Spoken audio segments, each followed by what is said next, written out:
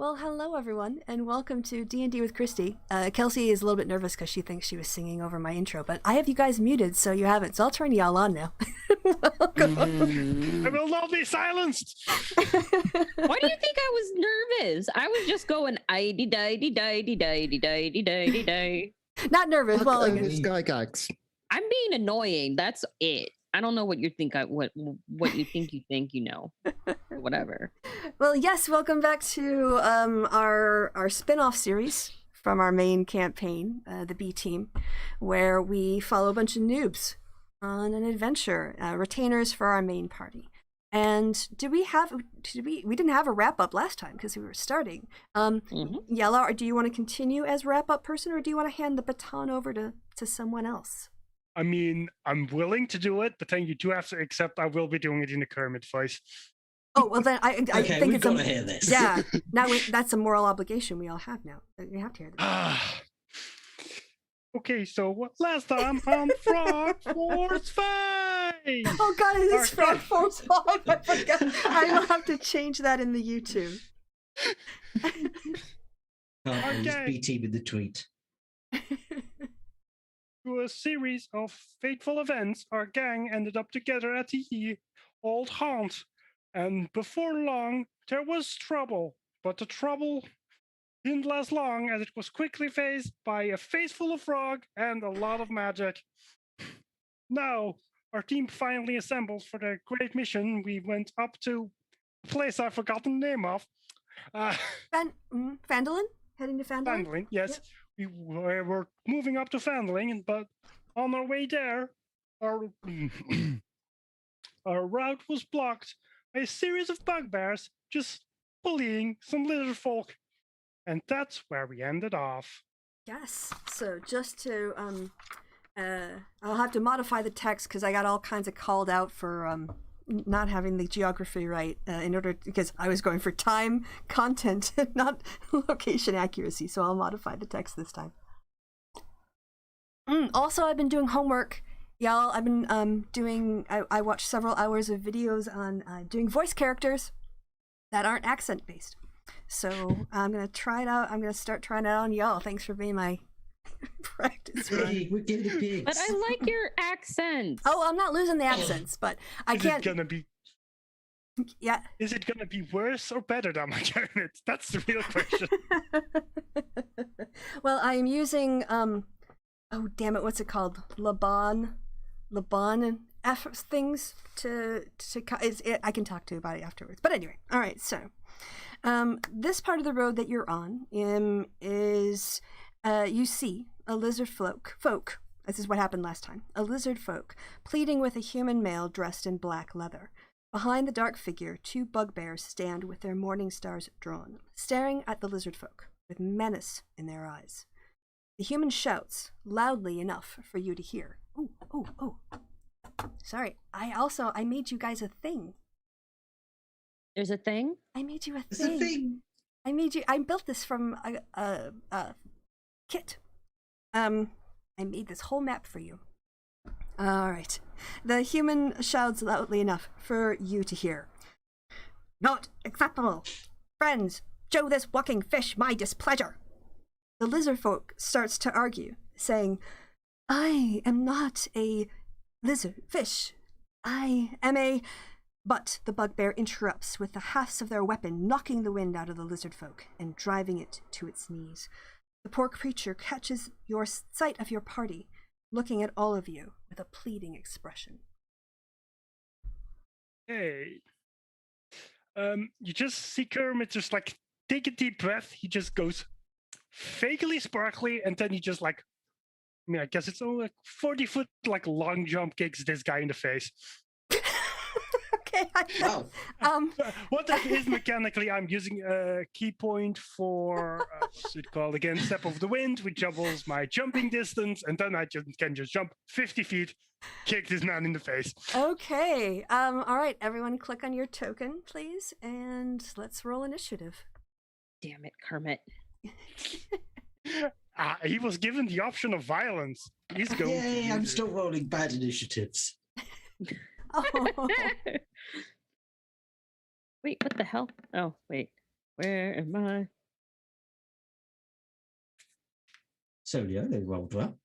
Well, it looks like you rolled better than me, so shut I up. mean, do I get a surprise attack from that kick? Yeah, or yeah, just go one ahead. No, magic? they are surprised. A flying That's frog. advantage technically, I guess. Yeah, a flying frog coming out of a cart is definitely going to take 13. them by surprise. I believe I can fly. That's a 13 hit. Hold on, just sorry. I'm trying to get one more baddie in the initiative. And I gotta hit the right buttons in the right order with the right keys pressed. So, I will be with you shortly. All right. Does a 13 hit? Sadly, no. You come out flaming, or you're not flaming. Does he see you?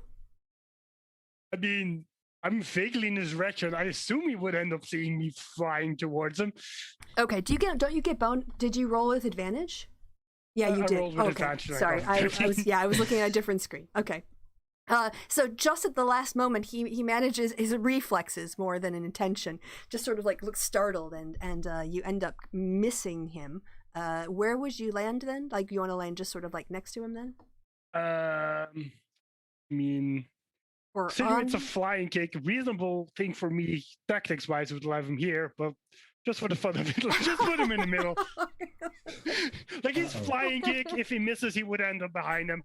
All right. So that was your surprise round, and now we'll just go to the regular turn order.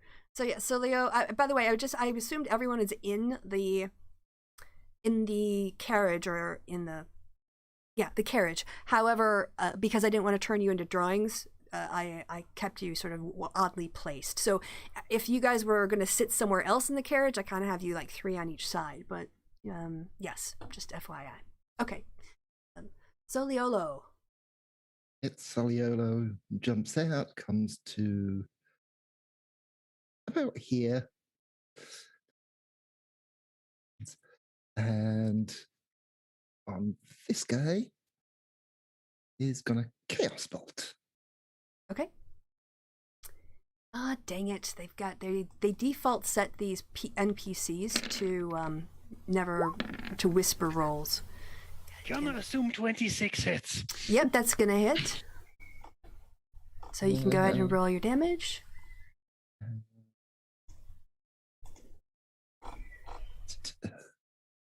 See text. Damage was 9. Okay. I just need to pull up the description to tell you what type of damage it was. Okay. It says see text. I was like, it doesn't. Oh, I'll just look underneath. No. See text. 5. It was lightning damage. Okay. So yeah, jumps out, runs out into the clear, and then just points, and a bolt of lightning just zigzags all over the place. Kind of like Dark Side's Dark Bolts, just like.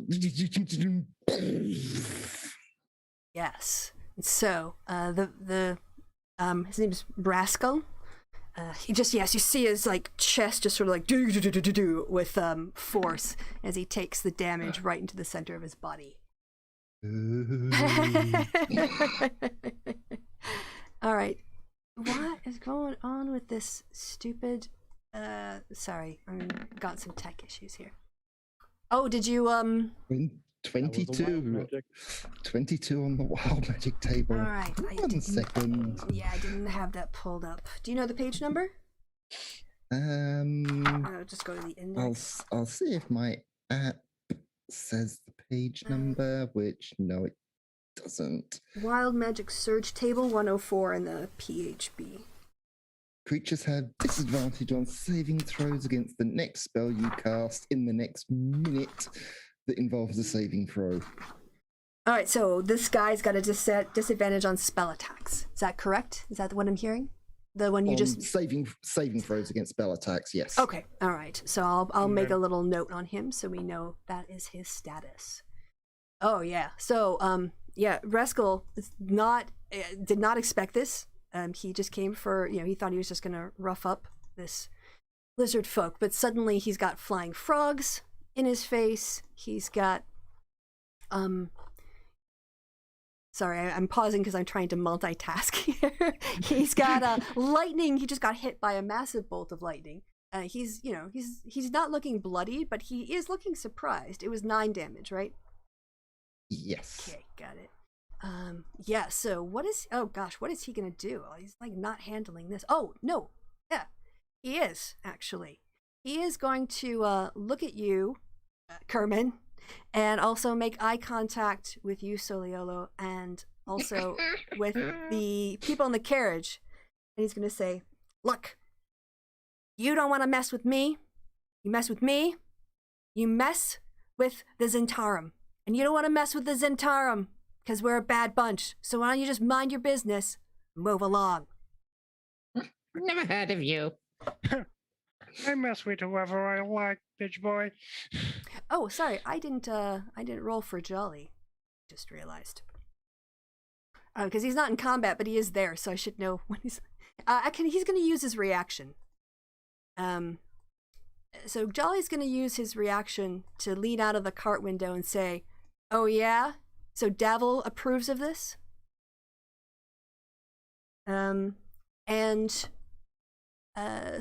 People who are looking at the exchange, give me a perception roll, everybody. I'm in the middle of it, so I assume. Yeah, you'll be able to look around and perceive. Yeah, you'll be fine. Oh. All right, so yep, Kermit makes it. Crichton, you can see that the bugbears sort of look at each other. They kind of exchange glances when they hear what Jolly has to say. And with that roll as well, Crichton, you notice that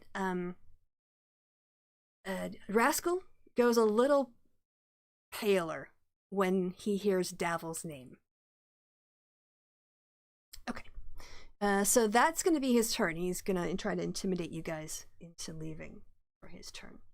Right. Next up, then, is Kermit.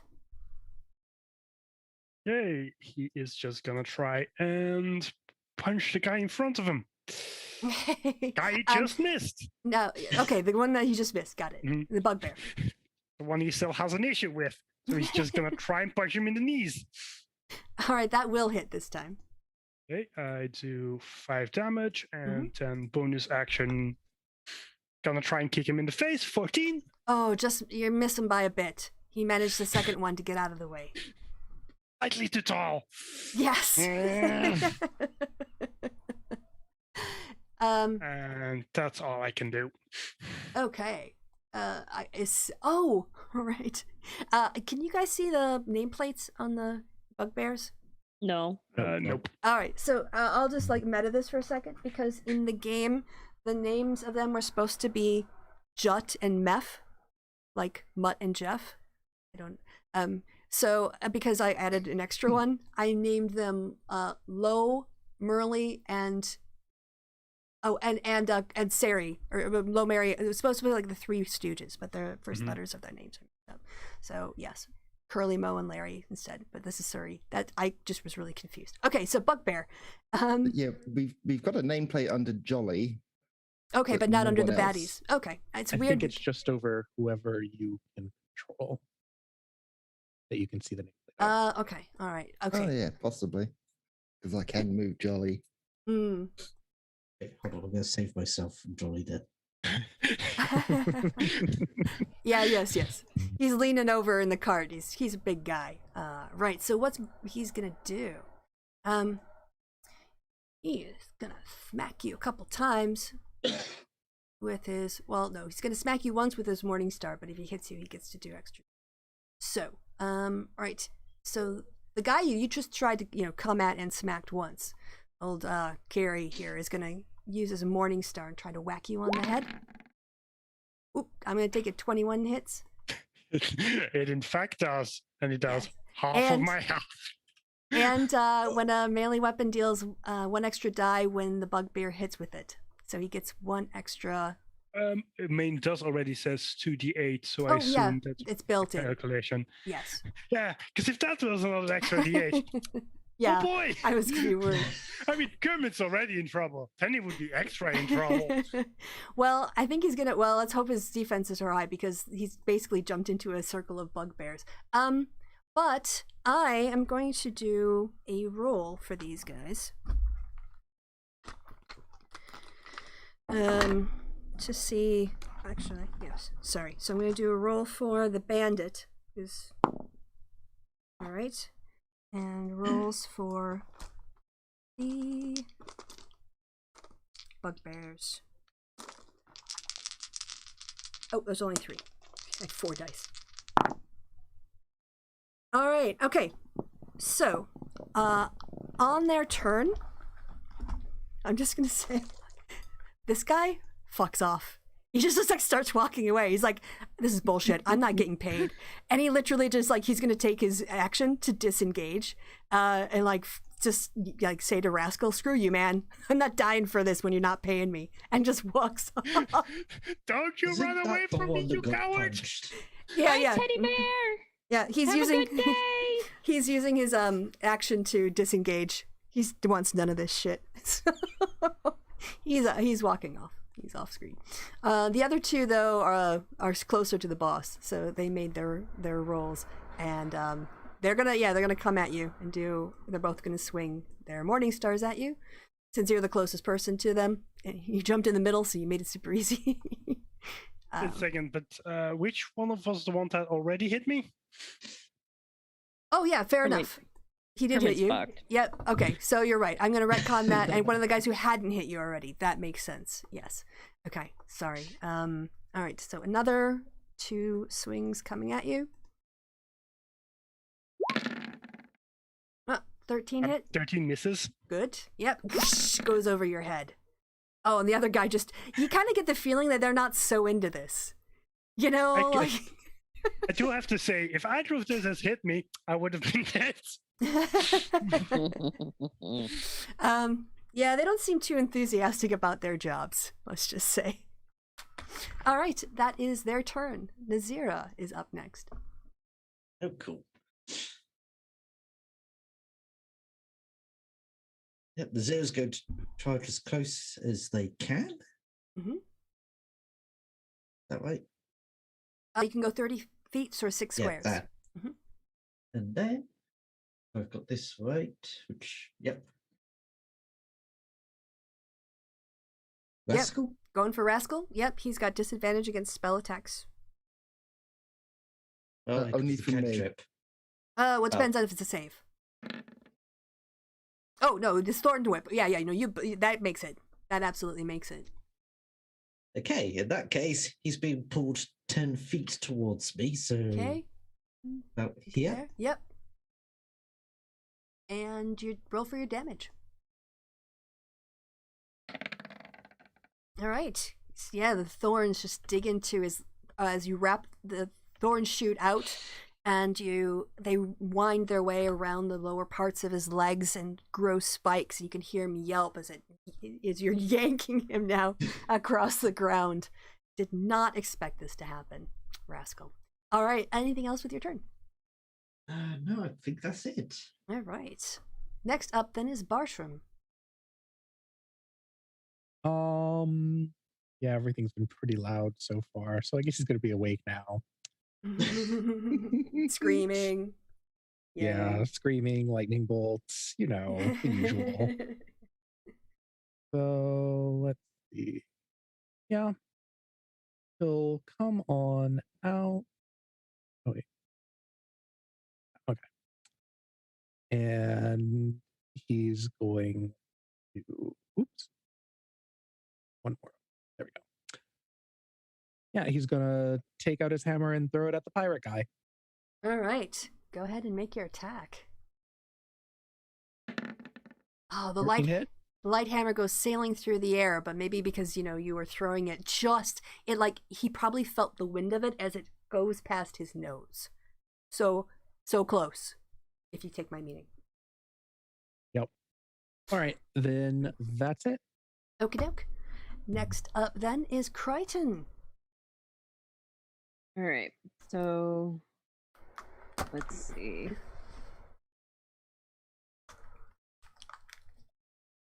remind me, how do I do triangles again or arrows again?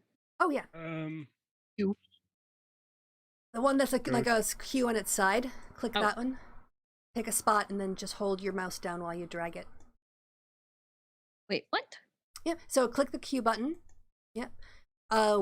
When you go to the point where you want to, left click, hold it down, and drag. Oh, okay. That's for the measuring arrow. If you were asking about the moving arrow, the yellow one, that was holding Q when you move your token. Yeah, Q as you're moving, you can press Q again to create a All right. set point and plan out routes. Oh, okay, cool. Thank you for the reminder. I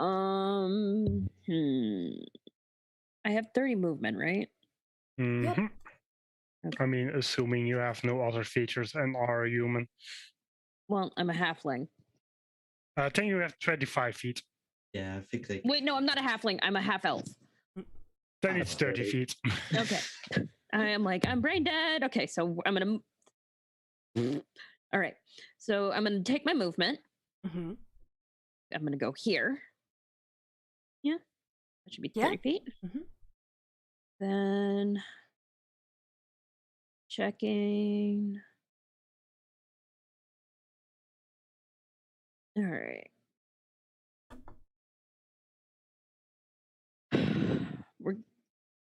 What would you like to do? I am going. I want to cast. Mhm. I need people out of the way. Because I want to Thunder cast Wave. that. I want to cast Thunder Wave, but y'all are in the way. Oh. 15 Welcome to foot Hibara's cube. world. Yeah. Also, Yeah, reminder yeah. that's a facing cube, not a surrounding cube. So you're on the edge of the cube. You're not No, in the I'm middle in of the cube. I'm in the cube. No, specifically, it's face. It's on a face, not in the cube. Specifically Corner for on a Thunder corner. Waves, not on soft. Yeah. Let me. Each creature in a 15-foot cube originating from you. Yeah, but you're Yeah, so it's a on the 15-foot face cube of the in cube, front of not- you. Oh, Not in the middle. so it's the cube in front of me. I have a Yeah. cube Yeah. I can give you. I just have to get to the right bit. So. All right. So basically, it hit him. Oh wait, no, you can just put it on. The only person you'd hit is Kermit. Yeah. Right. You can bring it only back hit from the him. dead, right? I mean, that's not a 50. Yeah, but if you put that on the corner, you could. Well, also you hit a lizard man, but I don't Well, know how much you the care lizard about man that was guy. like- Save Lizard Man. I want to Yeah. hit the Also- lizard man. Oh, Oh, okay. you do? Right, Wait, but who's the lizard We're man? trying to protecting save him. the lizard Okay. man. Oh, mean- okay. Wait, Kermit you didn't do you, try to Will. save the No, lizard man. no, okay, no, okay, no. I have more. All right, cool. But before I do the Thunder Wave, I want to do Mage Hand. Okay. Which- Mage Hand is also an action, so I Yeah. don't Oh, think you okay. can do both. Oh, I can't do both. I can't do one as a bonus action. Nope. No. Fuck. All right. Well, in that case, I'll do Mage Hand first. Get rid of the cube. Okay. There we go. Just move it. It's there for later. Yeah. Okay. Okay. The question is, can I use this to move him out of my? Can I use the Mage Hand to move the lizard man out of the way? No. Oh, I see. No, I You can't- assume he's more than 10 pounds, which is Yeah. Yeah. limit. You could pull on his sleeve though. Like I can't drag him. No. You know what? I didn't put that cis in the turn order, which I probably should have. But what I could do is, if you wanted to use your free action to yell at this to get out the way, because is that your intention? Is you don't want to hit the lizard person? Yes. Honestly. Kermit, though, fine. Well, also Kermit, suppose but I you think could put Kermit him is in the- under 10 pounds, right? No. I can actually check. How much is Kermit? real quick. Probably I can more than fling 10 Kermit. pounds. I can move Kermit if he's under 10 pounds. Even Soriolo's like 45 I mean- pounds. I'm pretty sure Kermit is actually smaller than Soliolo. 30 damn. pounds. Now, Damn it. Oh. honestly, you can just like do it in the air. I mean, well, you can talk to the lizard. You do whatever. No, you do whatever you want. I'm sorry. You can make whatever decisions you want. You have mean- free will. If you want Kermit to go out of the way, you can also ask him. All right. Promote so- listen, probably, but you can't ask him. Well, you wait a minute. She could hold her action to fire until people cleared out of the way, right? Yes, I can. Yeah. Good. Yeah. All right, cool. So I'm gonna hold my thunder at my thunder wave. Mm-hmm. And I'm gonna use So that's your action. That's your action. Yes, that's my action. But and I'm that's gonna use if you're gonna hold your action, you just get your action. Like I'll just let you do like a free action where you say, "Get away from him." right, but I'm gonna use my barbaric inspiration. Oh, okay. My bardic inspiration. There we go. By saying, "Move, bitch! Get out the way! Get out the way, bitch! Get out the way!" And who are you giving inspiration to? I'm giving inspiration to the lizard man. Oh, the NPC? Okay. Well, no, actually, I'm giving it to Kermit. Okay. Because he will actually get the reference, hopefully. Yes, And yes, I do get the reference. Get the reference, but that's also telling the lizard man to move. Okay. So I've added him now to the. Wasn't planning on him to do anything. He's away. It's okay, yeah. But you're holding your action, so as soon as he goes actually right after Kermit. So awesome. Move, bitch. Get out the way. Get out the way, bitch. Get out the way. Okay. It's a free action. I know it's kind of off my turn, but as a free action, the lizard folk hears a voice inside his head that says, I think you would get out the way if I were you. All right, yep, you're using your Verdun limited telepathy. Yes. Yeah. Because I insight because I play Verdun. Okay. Like I know what ability that is. All right, yeah, so they hear this and they kind of like start looking around them a little bit. They can't quite figure out who's talking to them, where they are. So all right, so then after Crichton, we are back to Soliolo. Okay. Soliolo, who is definitely within 60 feet of that guy again. Mm-hmm. This time, he's going to hit him with a Mind Sliver. Okay, he needs to... DC 15 intelligence check with disadvantage. Oh, nice. Okay, let's see. I'm going to say, from his character motivation, I'm going to guess he's not very smart. It's not terribly. He's not as bad as he could be. All right, so it's an intelligence save, right? Against a DC 15. It's +2. Oh, he's already got his +2. That's a fail. Yep, fail, completely fail. And he also will have to subtract 1d4 from the next saving throw it makes before the end of my next turn. All right, so 5 damage, right? Yep. I have to do math in my head. No, got it. Okay. Cool. Oh, yes. I mean, he's not looking bloodied yet, but he is looking beaten up. He's like got some swelling going on. Anything else with your turn? I don't think so. I don't think any of my spells work on a bonus action. Okay. Were you going to say something, Sip? No, I was getting the characters confused. All right, so now this guy, you've pulled him 10 feet. Does that mean he went prone as well? I have to go back to your spell. Because if so, it's going to take him half his movement. Oh, yeah, on Thorn Whip? Yeah. No, it doesn't say you, it just says you pulled him closer. So so he won't have to use half his movement to get up. All right, he's going to use his free action to look at his 2 bugbears and say, "Fight, you pitiful..." I'm sorry, I remembered his voice now. "Fight, you pitiful bastards, fight!" And then he is going to... oh, gosh. You're all starting to come at him now, and he's getting a little bit overwhelmed. Who hit him last? Nazira, did you get him? Yes. Thorn Whip. Yeah, so I think he's going to step up to you. You were the one who got attack of opportunity. Yeah, all right. Yay! Kick him in the knees. Fuck.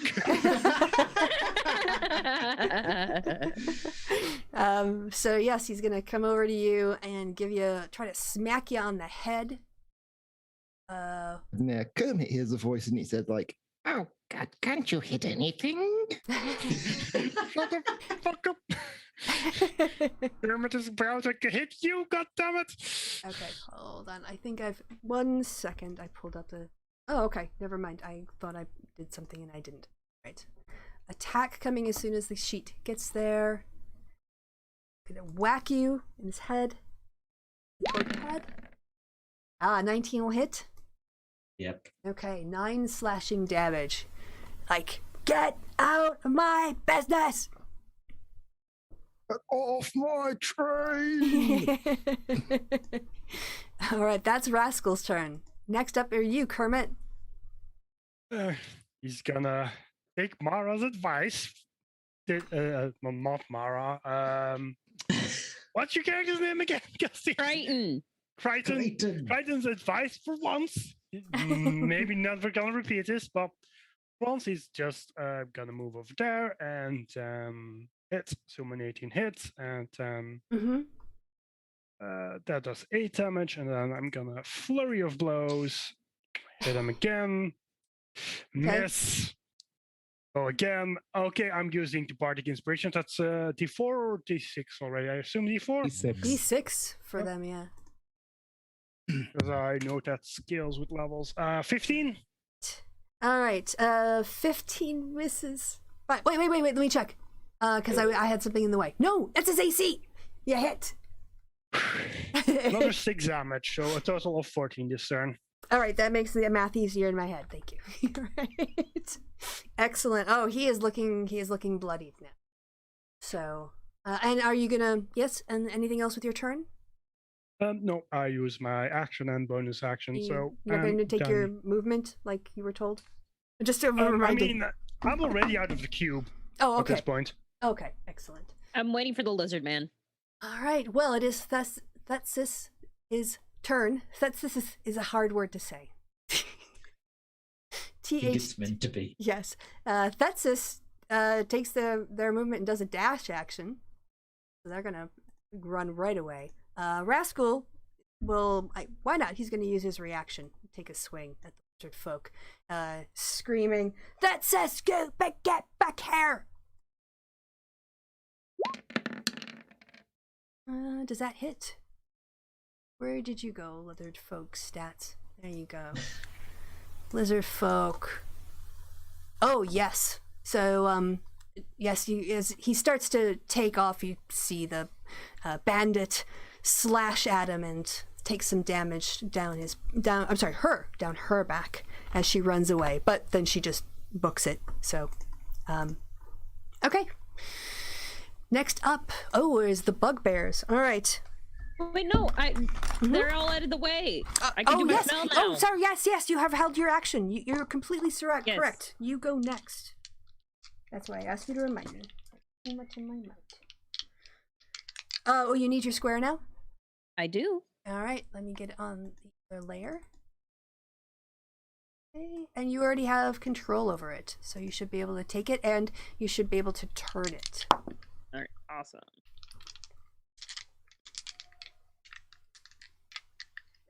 Ha! Bitches! Okay, where would you like to put your... Are you putting All right. it... Okay, yeah, where are you going to put it? I'm going to put it right there. Oh, okay. So it doesn't hit any of my people. Okay, excellent. Oh, nice. Crichton yells, Jupiter! Supreme Thunder! Just because she can. Or he can.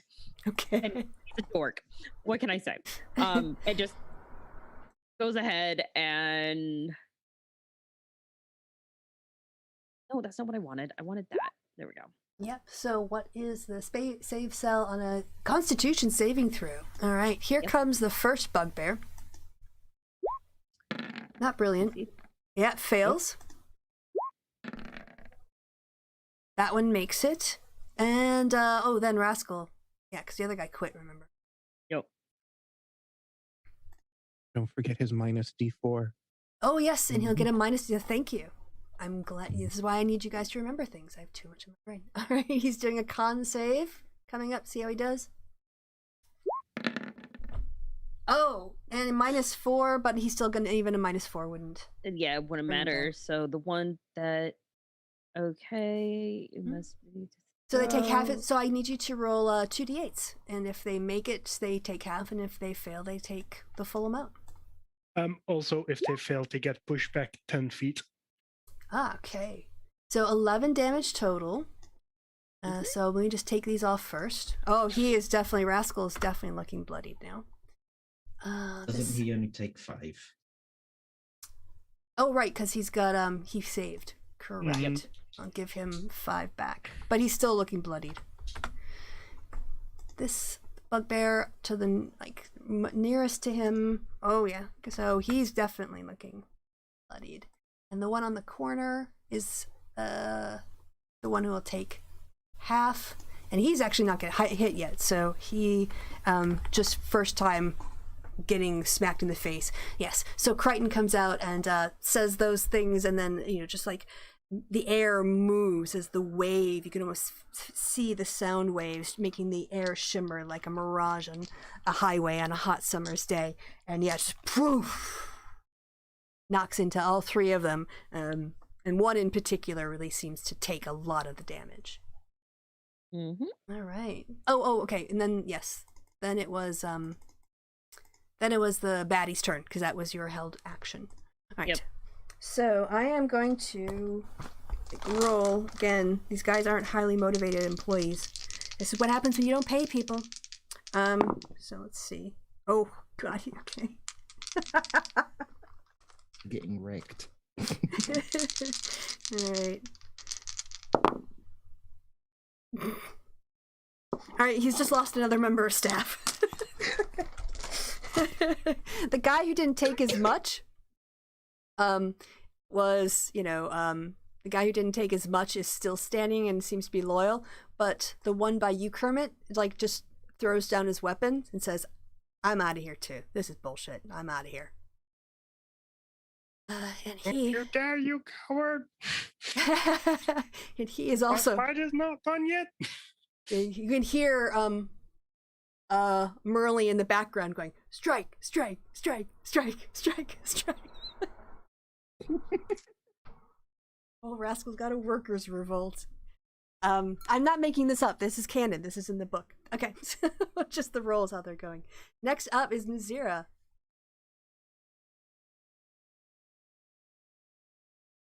So just checking something. Mm-hmm.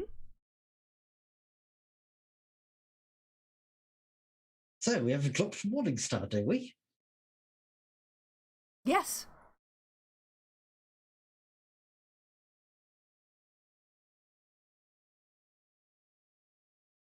And Zera's going to make use of it. Okay. It was like over here though. Hold on, let me just put the spell up for you. Okay. Oh, okay. So the Zera is going to pick up that Morningstar to go and hit it. Okay. Or rather, the Zera's going to reach out the hand, and the Morningstar is just going to move. All right. So basically, are you aiming at Rascal, the bandit? Okay. Yes. And he needs to do a dex. Yes, dexterity saving throw. All right. Let's see how he does. Oh, he makes it. Does he take I'm half? not getting any luck. That's all right. Do you? Is it a cantrip or a regular spell? Level 1 spell. Well, certainly. Normally, those on a failed save, the object strikes the target and stops moving. But what about the damage? I haven't used a spell before, so normally when you do a spell at a level, my 3d8 didn't roll very well. 3, 5, and 1. Okay. When the object, if they make the save, it doesn't strike them. It misses. That's a very okay. That really sucks. Unfortunately, you didn't get to do any damage because of the way the spell's written, rules is written. So I guess it misses him. But that was your action. Would you like to do anything else with like your bonus action? I don't think I've got anything else. Okay. All right. Yeah. Just double check. Rascal manages to like sort of hear a noise and moves his head out of the way just as a Morningstar comes whizzing by it. Guy's got the luck of the Irish Doesn't today. appear I've got anything I can use. Okay, all right. So. Okay, next up, Bartram. Seeing that this guy seems to be impervious to things getting chucked at him, Frogs, weapons. Just gonna light a fire under his butt. Right. Yay. No. I guess he does Another get a dex save. Yeah. All right. Here comes his dex save. Does he get away from the fire under his butt? He does not. So yes, Yay. he takes six damage. And every round, right? And now, or do you have to I don't concentrate? believe. Okay. Oh, I think. I think. Oops, the wrong button. I believe it's at the end. No, yeah, when he. Okay, yeah. When he enters the space, or if he ends his turn there. So. Okay, so if he doesn't move, he's stuck with a fire under him. There is a fire under him. All right, nice. Ow! All right, next up is Crichton. Okay, so Crichton saved Nazira. I can't do anything for you yet. Okay, Crichton's gonna. Oh, Can I control the thunder thingy again? Nope. Yeah, you should be able to. It should still be under your control. Ah! All right. So, Crichton is gonna move just a little bit. Mm-hmm. Right there. Wait, no. Move. There. Yep. Then I could be in the circle, right? The square, right? Or do I have to be on the? Unless if you want to take damage. It has to be on a face. On the face? Or a corner. On a corner. Okay, cool. I mean, corners are part of the face. All right, so I'm gonna. There we go. Mm-hmm. Yep. You're gonna blast him again. I'm gonna blast him again. All right. Yay. These were con saves, right? Yeah. All right. So there we go. Here goes. Thank you very much. Here goes Rascal. Oh no, actually, sorry, I clicked the wrong sheet. Here goes the Bugbear, the Bugbear that's left. I'm so sorry, Mr. Bugbear. Oh yeah, he's all right though. Ow. He made it. He's fine. All right. Next up is Bandit Captain. How's he gonna handle this? We're gonna find out. And the dice say. And he gets a negative. Oh well. Sorry, he failed. He doesn't need the minus D4. Roll That's also your. only once. Yeah, roll your damage. Are you freaking kidding me? Hey, he's looking really bad now. It's still 8 damage and pushed into range of 10 feet. 10 feet. Kermit. Yeah, do you want to push him? It should shove him. 10 feet? Right up next to him. There we go. Does that give Nazira a attack of opportunity? Nope, that's only for movement, not for shoves. All right, and that guy saved, so he takes only half. So anyway. Oh. All right.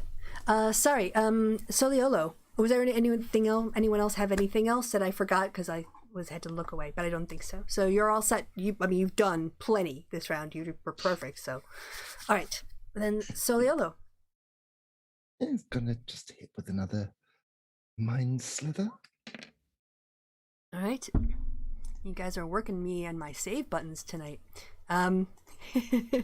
Bandit Captain, can he save? Is he smart enough to resist the magical force? No, he is on a downward slide. Yes. So another 6 damage. And he's looking really bad. You think another couple whacks will be enough for sure. Another 6 damage and still getting minus D4 on his saves. Okay. All right, Rascal's turn. Well, he's back by you now, Kermit. He's like, damn you! You ruined my plans. I hate you. I hate all of you. I wish you'd never come down this road. I'm just out here trying to make some business. Ah! And he swings his scimitar at you. A hit. Yep, he does 6 slashing damage. Technically still alive. Woo! And that will be his turn. It's your turn now. My fight was with your friend, but now I'll need to take my frustrations out on you. And that sounds so dirty. He's gonna try and punch this guy in the dick.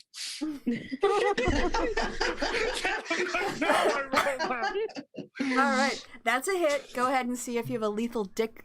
7. That was exactly his hit points. just goes like fucking Mortal Kombat style slow as you just see him just hit him in the groin, it just goes X-ray and his hips just kind of explode. So, you've never seen someone die from a punch in the dick until today. You were today years old when you saw a man die from getting punched in the dick. This is his guy, and he's done. He's done. And then Kermit's gonna walk over to this bugbear and try and do the exact same thing. All right. Yeah, you Why nailed it. can I only hit things when I'm aiming for the dick? Jesus. You found your secret power. I mean, he is the perfect height. Dick puncher. Oh my god. Kermit the Dick Puncher frog. You see the bugbear just lean over, not very happy. Yes, you whacked him hard, but he's still up. He did not get a fatal dick blow. That sounds way dirtier than I meant. Oh, what have I done? Okay. I know too many women who would be loving this. I think most women would love that. So that power. yeah, exactly. Yeah, no woman would argue with having the power to kill a man via punch to the dick. Mm-hmm. Or like a set of retractable shark's teeth in your mouth. Right? Do not. Anyway. All right, Thetsis is up, and Thetsis sees all of you winning the battle. She sort of rushes forward a little bit and says, "Go on, get out of here. Go on, leave." That's all they're gonna do. She's gonna do. All right, next up is the bugbear, and the bugbear looks longingly at his friends, looks at his dead boss. He also throws down his weapon, puts up his hands, and says, "Look, we haven't even gotten paid for this work, and it was off book, and we're not even supposed to be here. I don't want to die over some bullshit, okay? Okay?" And he's going to use his he uses free action to drop his weapon. He's going to use his other action to disengage and head off back to his weaklings. A lot of them. Kermit just kind of hobbles back. He's not in the greatest shape, but he's pretending he's totally fine. Teddy! Oh, skinny friend, are you okay? Oh, yes. Thank you. Thank you so much. Actually, time out. Before we go any farther, sorry, I really need a comfort break. I timed this poorly. So, In that case, I'm going to go get a cup of tea. Okay. Can I grab yes. some water? 1 hour mark. We're going to do a break. All right. Everyone, come back. We'll come back to the narrative. Stop judging me.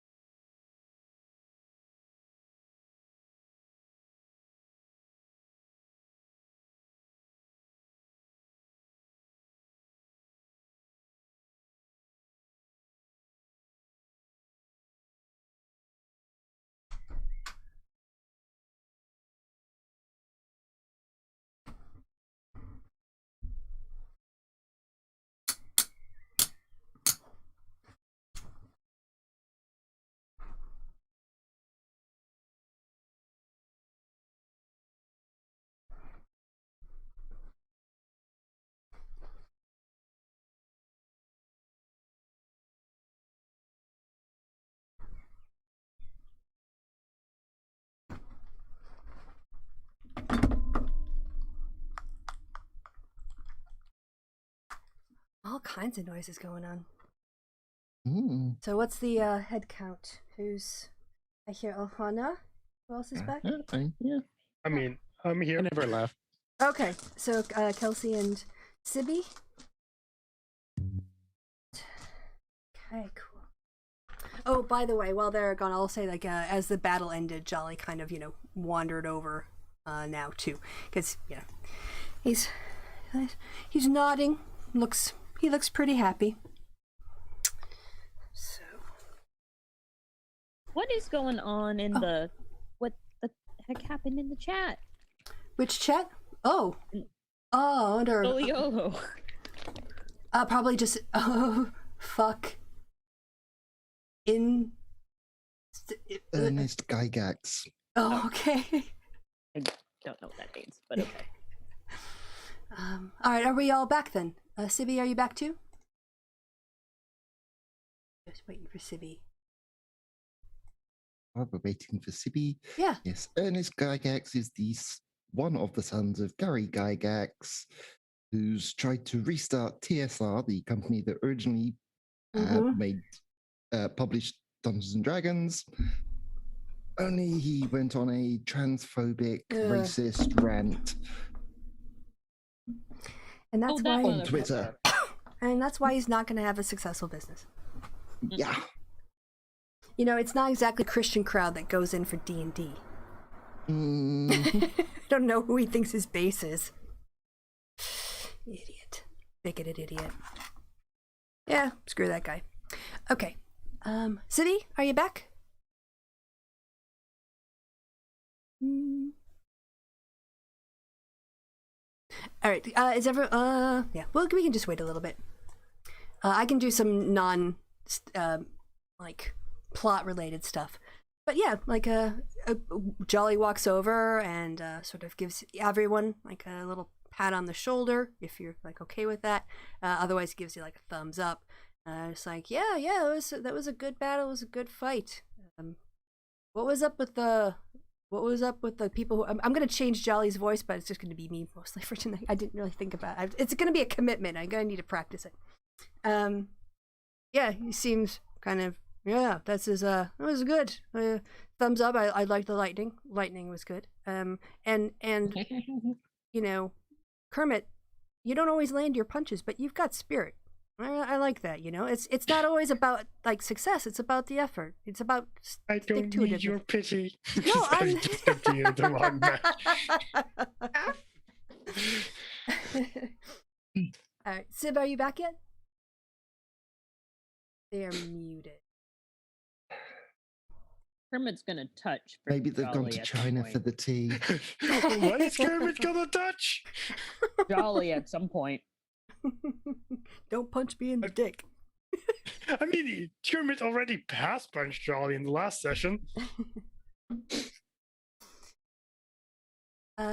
Also, we forgot about the DC 12 con saves from the punches because poison skin. Oh yes. Is there a way you can have an option for a global damage modifier, right? So you could just drop that in. I can do global damage, but I don't think that because it's not damage; it's a con save for poison effect. Okay. It's not Well, damage. You put just a reminder in the damage space where you would normally put 1d6 or whatever. I could. Yeah, just hand type in poison if touch or something, or if you want to just turn on. Yeah. Ew. Ah, There you are. welcome back. Takes a while for the. How was China? It's that water boiling. That's what it is. It takes a while for the water to boil. Yeah. And oh my god! So I didn't really realize how horrible this was until I went to Britain. I'll just do a quick little story about myself because I'm the DM. I went home to the States after having lived in the UK, and I dated people who were very particular about their tea. You get fresh water, you heat it from cold. You warm the kettle. You warm up the teapot with hot water before you put it in.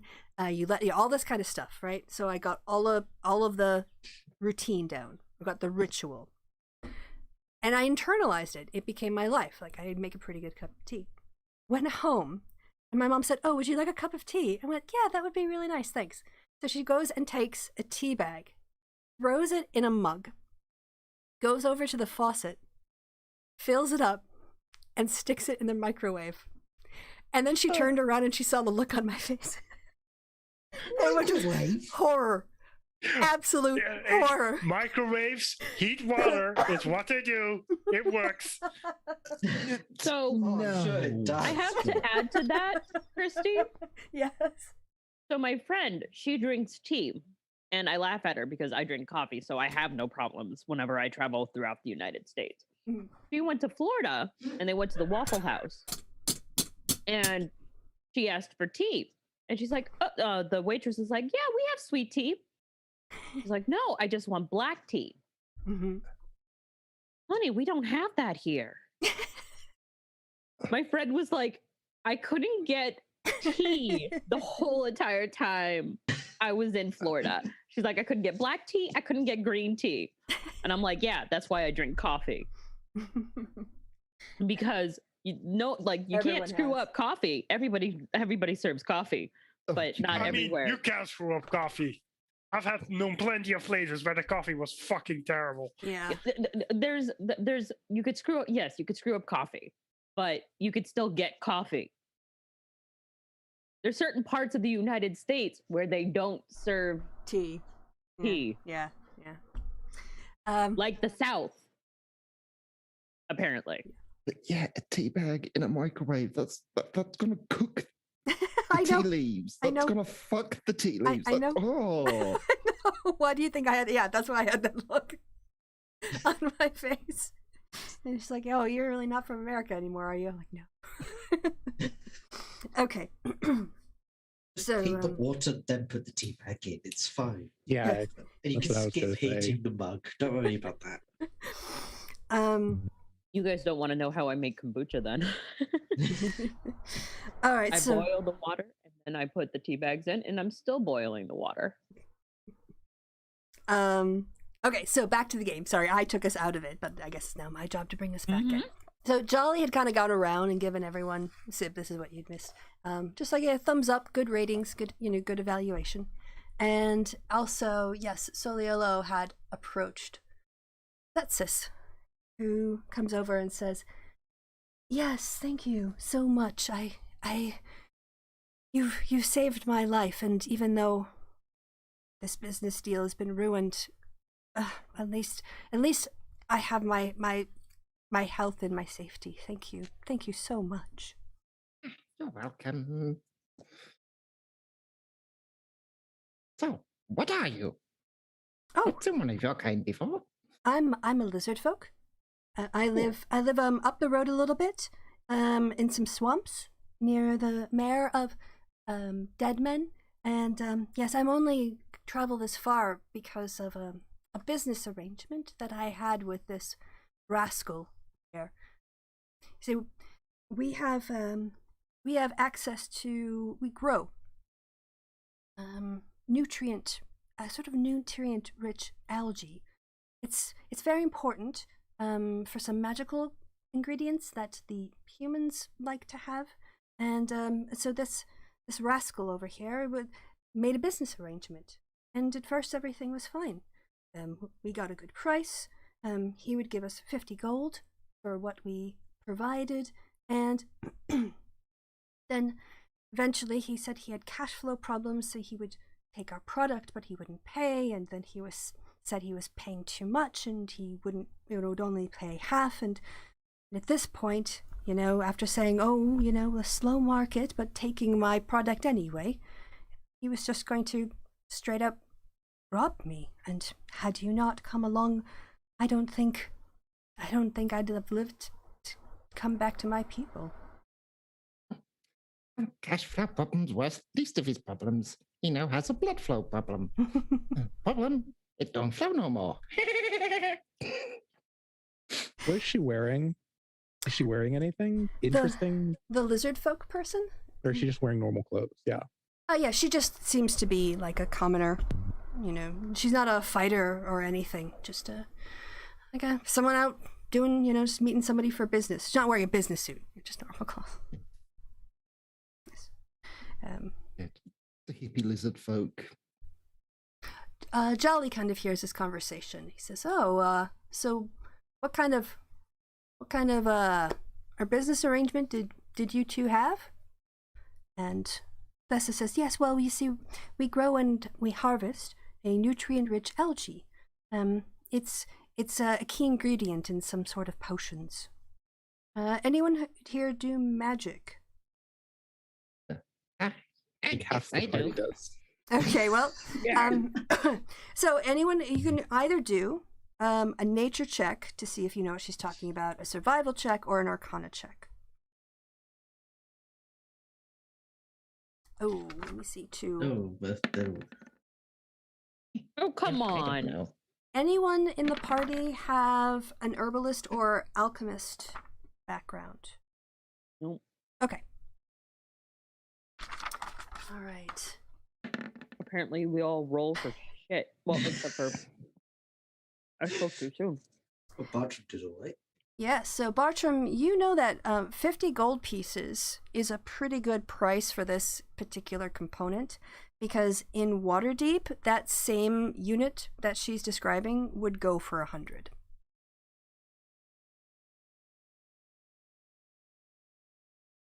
So, any business opportunities you create can go to your main party.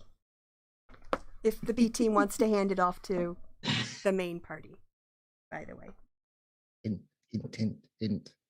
Yes. So, Bartram, what are you going to do with this information? Well, one, he doesn't think highly of potions and other such things like that. And two, nothing. Okay. God damn it, So Bartram. no one knows what it's worth because Bartram's still going to tell anyone. Mm-hmm. So Festus says, "I don't have any money to pay you for saving my life, but I can at least give you the product he was supposed to pay me for today." Where was he supposed to sell it? In Waterdeep. He's got ties to the Zentarum in Waterdeep.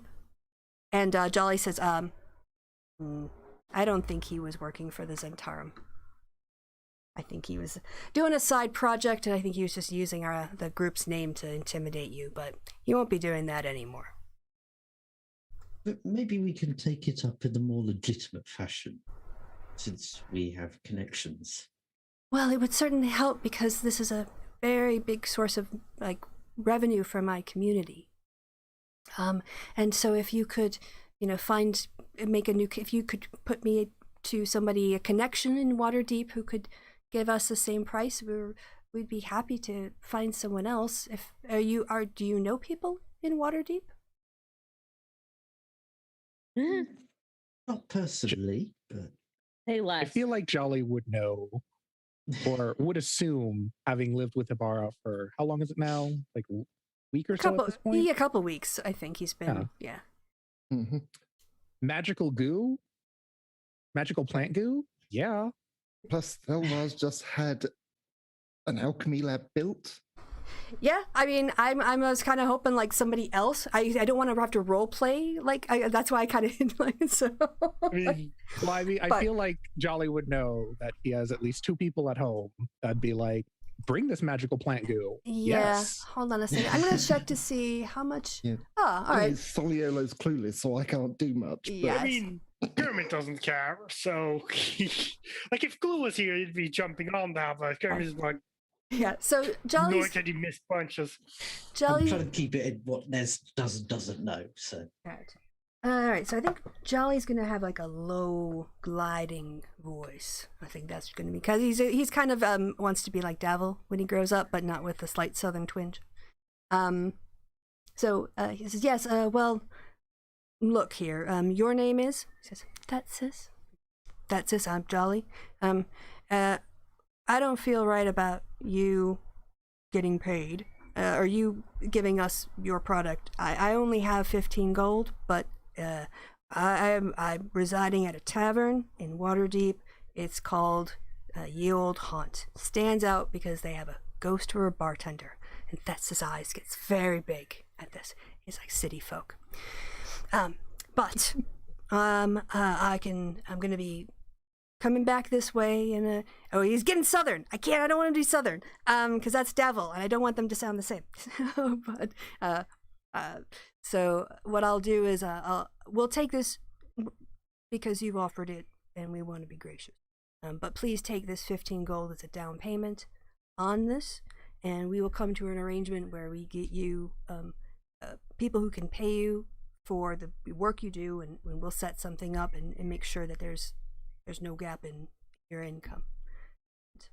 Thetsis is very happy with this. I mean, 15's better than nothing, and she was going to give it away anyway. So, yes, they kind of like exchange information, and like she points out on the map where her village is, because again, you guys pointed out we're nowhere near it, so I had to bring her down to the ocean. And yeah, you guys have as they're talking, she hands over a couple boxes. I'm gonna say they're just like small boxes where inside they've got this storage of nutrient-rich algae in a, like, the box is wooden, but the inside is like protected with like a paraffin. I don't know, I'm making shit up now. To keep it, and then water and stuff. And she describes how to wax. Yes. Yeah. So anything else you guys want to do while you're here? There's the bugbears are long gone. Rascals. There. Kermit is Unconscious. talking in the pond. Yeah, duck in the pond. Nice. I didn't actually, like, your next map has a body of water too. I did subconsciously giving you frog places. Did all three bugbears drop the They're morning stars? drop morning stars, or just two of them? 2 of them did. I think one other guy just dashed for it. So you got one will be there and one's Okay. down here somewhere now. Yeah. Then the one that was close to Bartram's light hammer, he'll pick up as well. All right, you now have a hammer and a morning star. And Saliola's gonna rummage through the corpse. All right. Yep. You don't have to do a check for that. He has. Cheap bastard won't pay his employees, but he's got 25 gold pieces on his belt. Oh, shiny. All right. Jolly sees this and says, "Hey, can I borrow 25 gold pieces for that? Says I'll pay you back."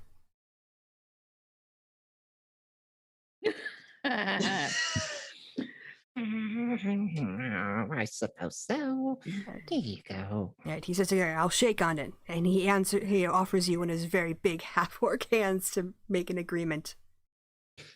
Takes a finger and shakes it. Right, like, my word is my bond. Odd custom, but okay.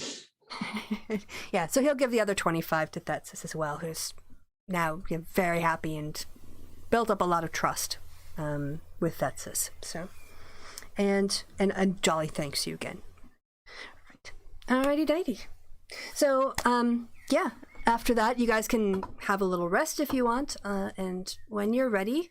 Oh yeah, definitely need to rest. Do you guys want a short rest here? Yep. People need to do, yeah. Kermit is very close to dead. All right, yeah, go ahead and you can do hit Oh, die wait. rolls. Oh, Wait, yes, Wait, I have thing. she does. You have a song of rest. Song of rest. Yeah. Can I borrow Wait, never mind. I can't sing the song because I don't remember how it goes. But Sing a there's a different song song. about $20. Feeling. Stop it.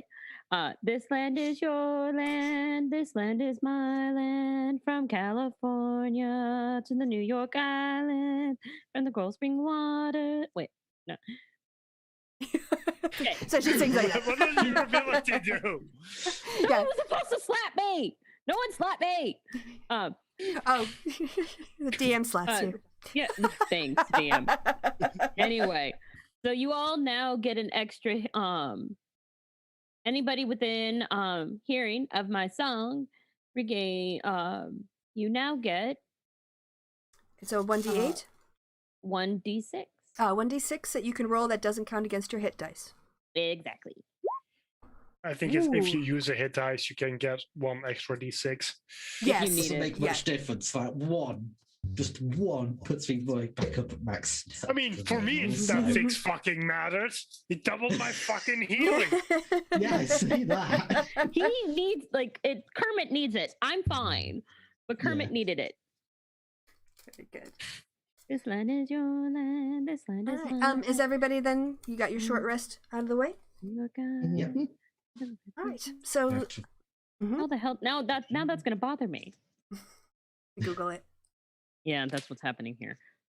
Yeah. So you guys all bundle back into the carriage, and you continue down. And if you actually scroll down to the bottom of the map and continue to look at the road, you are going to see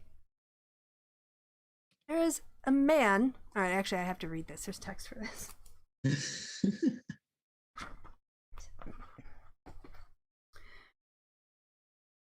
Sitting cross-legged in the middle of the road is an odd-looking figure, wearing not a stitch of clothing.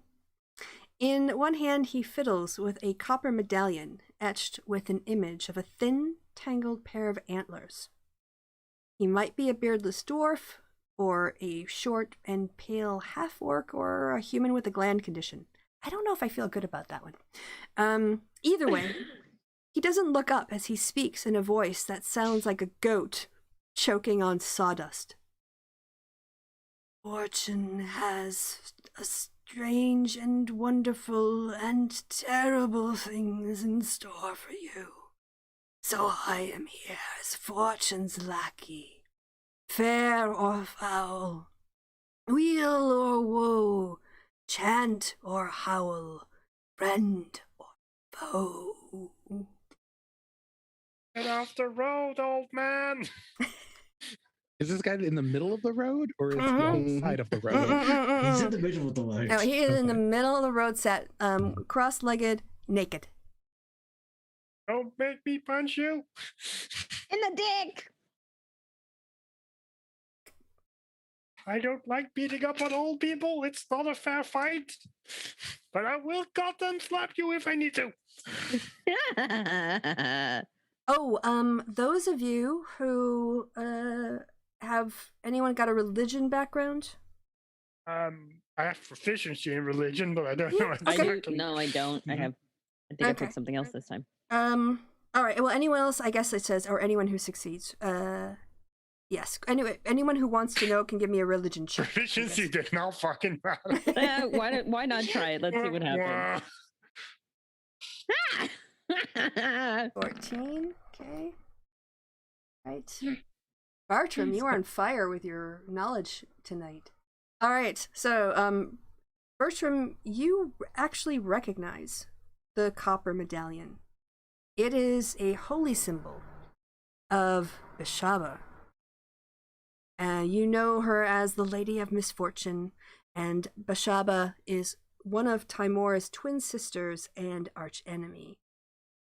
You know that Bishaba sends her favored souls out into the world as a focus for bad luck and calamity, and that dealing with a favored soul of the Lady of Misfortune is a risky situation. Interacting with such agents can in any way draw Bishaba's ire with potentially catastrophic consequences. So what do you do with your knowledge?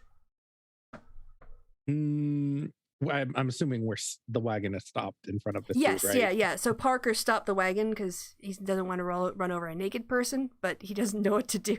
So it's not his job. Yeah, he's like kind of waiting for direction from y'all.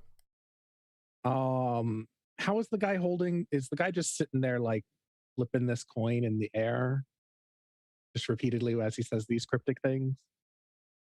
Yes. Okay. Then Martin's going to get out of the car, the wagon, and waddle up to him, and hopefully snatch that coin out of the air. All right.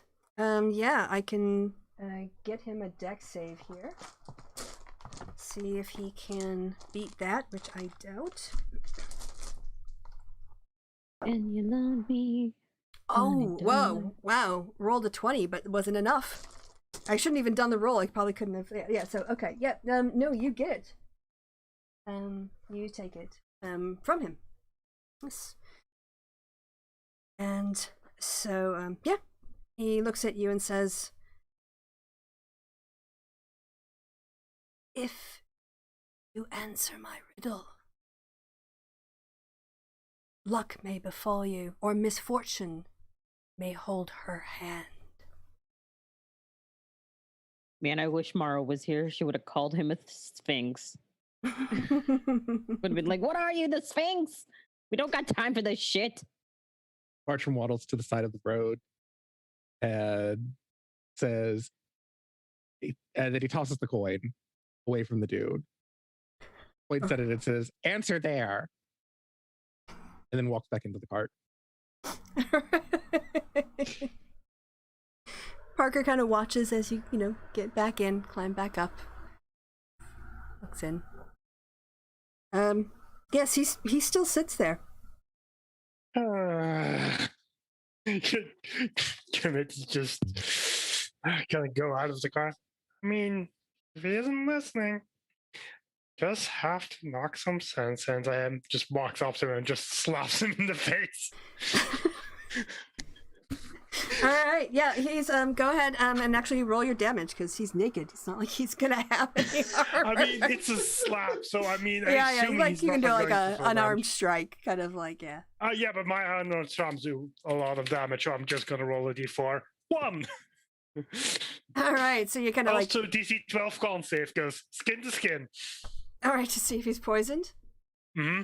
All right, I'll have him do a. Oh, this is not the. Yes, I have to do it on the sheet because I didn't. We're upsetting the gods. I didn't actually plan for you guys to beat up the naked guy, so I didn't pull up his stat sheet. He's Damn not it. beating him up just yet. He rolled a. Oh yes, true. What did you give us a riddle? I just didn't have his. He rolled a This is a 19. convincing slap. He rolled a 19 before any things. So yes. So yeah, he withstands it. He takes it. And he, Crichton walk up to him. anyone can. Yes, anyone can walk up to him. Crichton walks up to him and goes, "I'm proud to be an American. Well, at least I know I'm Kermit free." slips him. You gotta say the other line. Kermit doesn't get it. He just wants you to shut up. DC 12 call save. I was about to say that. I was like, wouldn't that That's like, be no, a- I need to make an attack roll first. Let's just do that for the. Oh. Crit. So that I crit slap you in the face for 2d4. Wait, 2d4? Yeah, I mean, it's still a crit. It's double dice. It's just the rules. I just crit slap you in the face. Oh, Also, it's a d20. It's a DC 12 save, but you just need to roll a d20 plus whatever if you have it. Just a con save is essentially what you need to do. I think you're good. Yeah, it's not poisoned, just 5 damage. He watches all of you during this.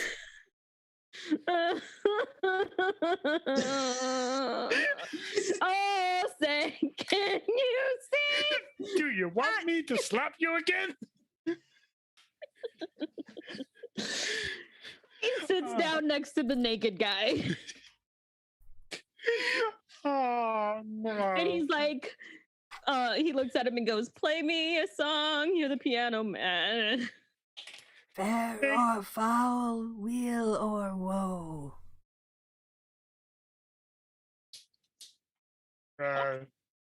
Chant or howl, friend or foe. You want to answer my riddle? Sure. I guess it's the one thing I have not tried yet. You shut mean, up. Bartram answered it. Bartram answered it with a. What did you A do? coin flip. Going A for very different- far I don't coin think that flip. counts. Are the rest of you sat in the carriage just sort of leaning out, gawking at I this? think Or Zera's Oh, going Bartram's to a bundle slowly again. walk over.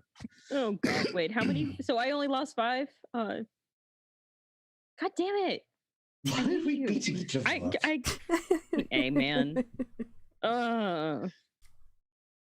Do you want to hear my riddle? Yes. I stand aloof, alone as a savior. I shine my oily smile across the rippling vastness. I, with this beaming, attract and repel. Ignore me, and you are lost one way or another. What am I? Crude oil? You've got a burning ocean on the brain. Which I understand. I mean, look at what the fucking Gulf right now. Have you seen the pictures of the Gulf? Mm-hmm. Oh yeah, it looks like a straight up portal to another world. It's fucking insane. It's no wonder the Ring of Fire was trending. All right, I don't want to go too far in this because I don't want to get off the game, but like, why can't they just turn off the pipeline? They can't, Because the exploded. pressure's leaking out now. God. All right. Okay. So. Yeah, I think that a turns lot off of the gas pipeline. pressure from the well, so it's Yeah. not that easy, unfortunately. Just need It went boom. more doors. Okay. Anyway, back to a place where the ocean isn't on fire. At least not in our game. All right. You Yeah, don't you- know that. Not on fire. The bar is on the ocean right now. That's true. You don't know that. Some small part of it may in fact be on fire. Oh god. Yeah. So you got a naked guy saying riddles at you in the middle of the road. I'm very confused. It's either crude oil or it's Severus Snape. I haven't decided which. Do you want to hear it Maybe it's again? The sun. Yes, please. All right. I'll do it without the characterization. By the way, like I got 3 different voices for 3 different characters tonight. I don't know if you guys noticed. All right.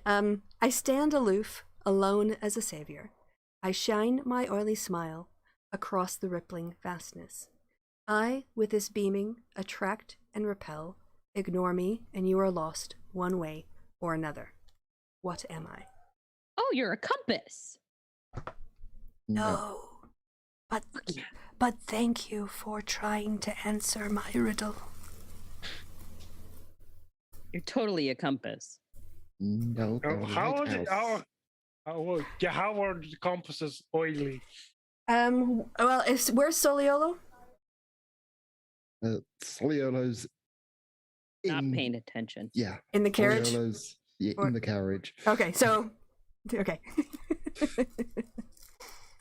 So Because- you fucked off somewhere. I don't know if That's you what's actually heard Ahana, but Ahana got the right answer, but I think you were talking over her. So you didn't I mean, hear. I know what she said, but Kermit wouldn't. So Well, I think the rule for this is when you have these puzzle games, or when you have other things like that, you're not bound by your character, and that way you can draw on your native intelligence of your own person to figure it out. Because otherwise, people who don't have those kind of character builds will never have fun with these. Mhm.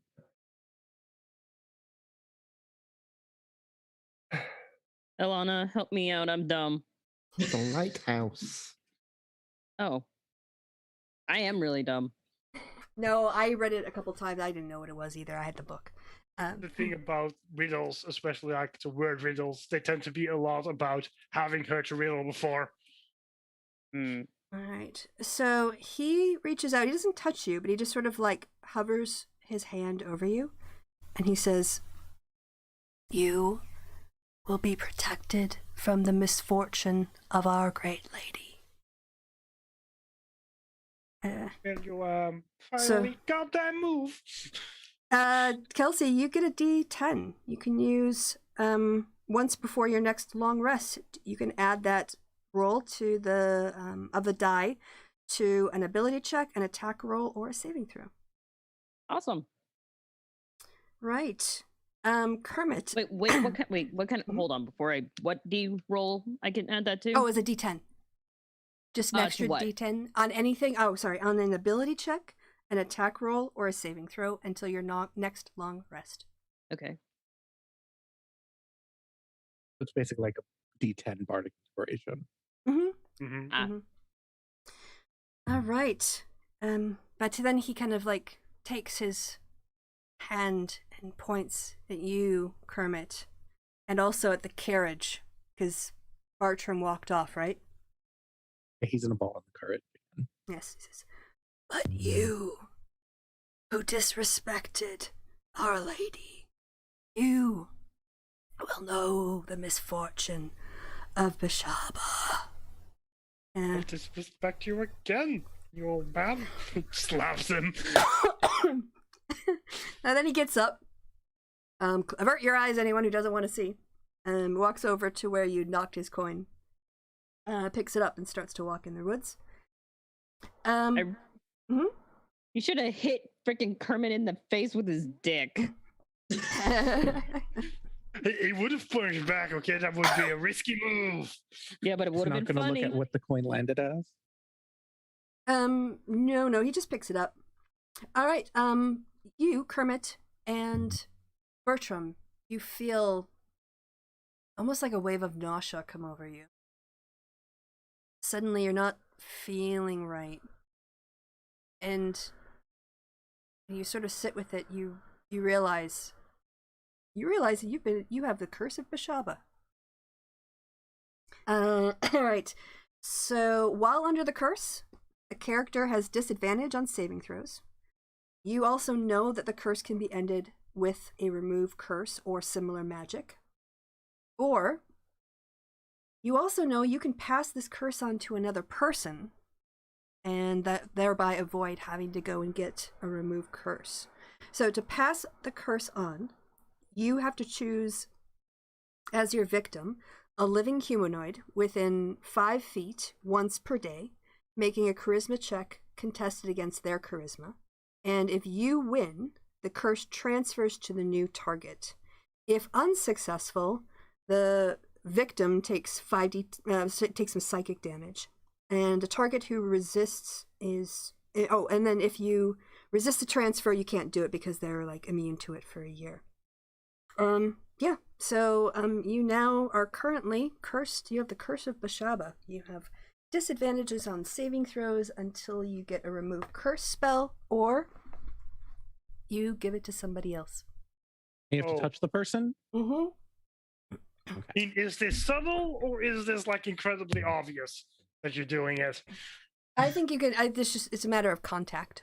So it just says to pass the curse, the victim can choose a living being, humanoid within 5 feet of it, once per day, making a charisma check. So you don't even have to touch him. You just have to sort of like send it over to him. They have to be within 5 feet of you. I assume within combat that would be an action, right? If you want to pass this. Yeah, yes. If you wanted to try to pass it on to them in combat, yeah. But by the way, you also know that well, it doesn't really matter. It depends on who you send it to. But yeah, like this is just kind of funny. An NPC victim of the curse has a chance to die of a terminal case of bad luck. For each day that passes, roll a d20 and a d12. Like if Jolly got cursed, which he didn't. If both dice show a 1, the PC dies in a freak accident. But because it was PCs, I didn't have to worry about it. Okay. Yes. So you're continuing along your way. At this point, by the way, we're doing kind of fast travel, so we're not going to like stop off in the towns and interact. I'm assuming that you're going to go around things and through things and just do the fastest line to get there. You're not going to like stop off. You're not going to find a slimy traveling salesman to pass the curse off to. Yes. I mean, outside of the fact that we need like an hour of water each day so Kermit doesn't, die. Yeah, I mean, if he did, it wouldn't be that bad of a problem. Well, I think... But traveling along a coastline, we can just like stop for an hour to get out and stretch our legs, and you can do it then.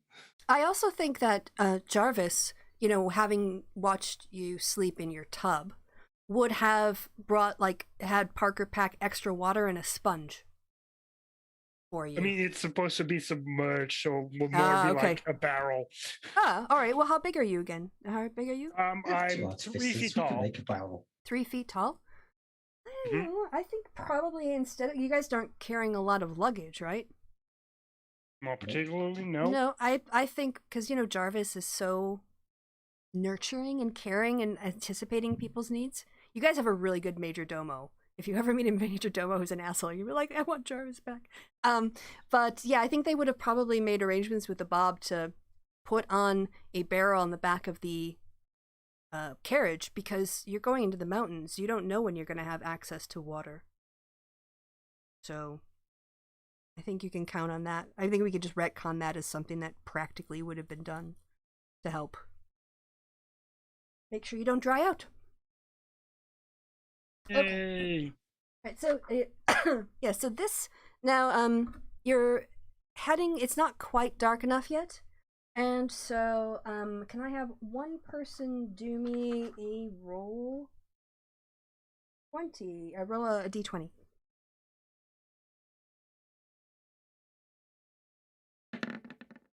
Okay.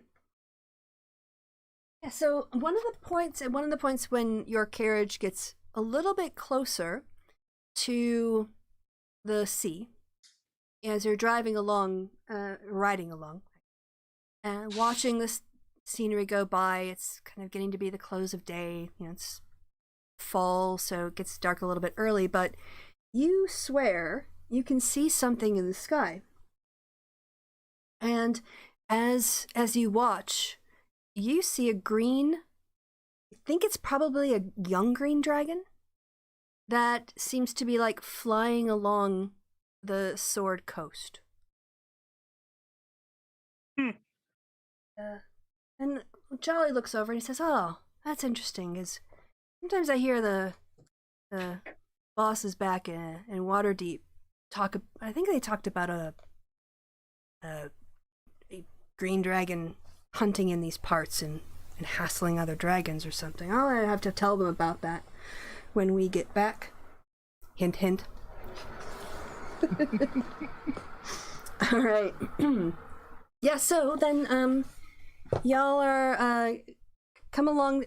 Parker sort of spots a place where it seems to be a good place to camp for the night. So I'm gonna move you over there. And do I have duplicates of you guys there yet? No. Okay, so you probably can't see that, can you? Nope, it is blackness. No worries. Let me We bought a lamp. that's all right. I'm gonna move Crichton over. I'll kind of like have to copy and paste y'all. I think it's easier with the carriages to do it this way.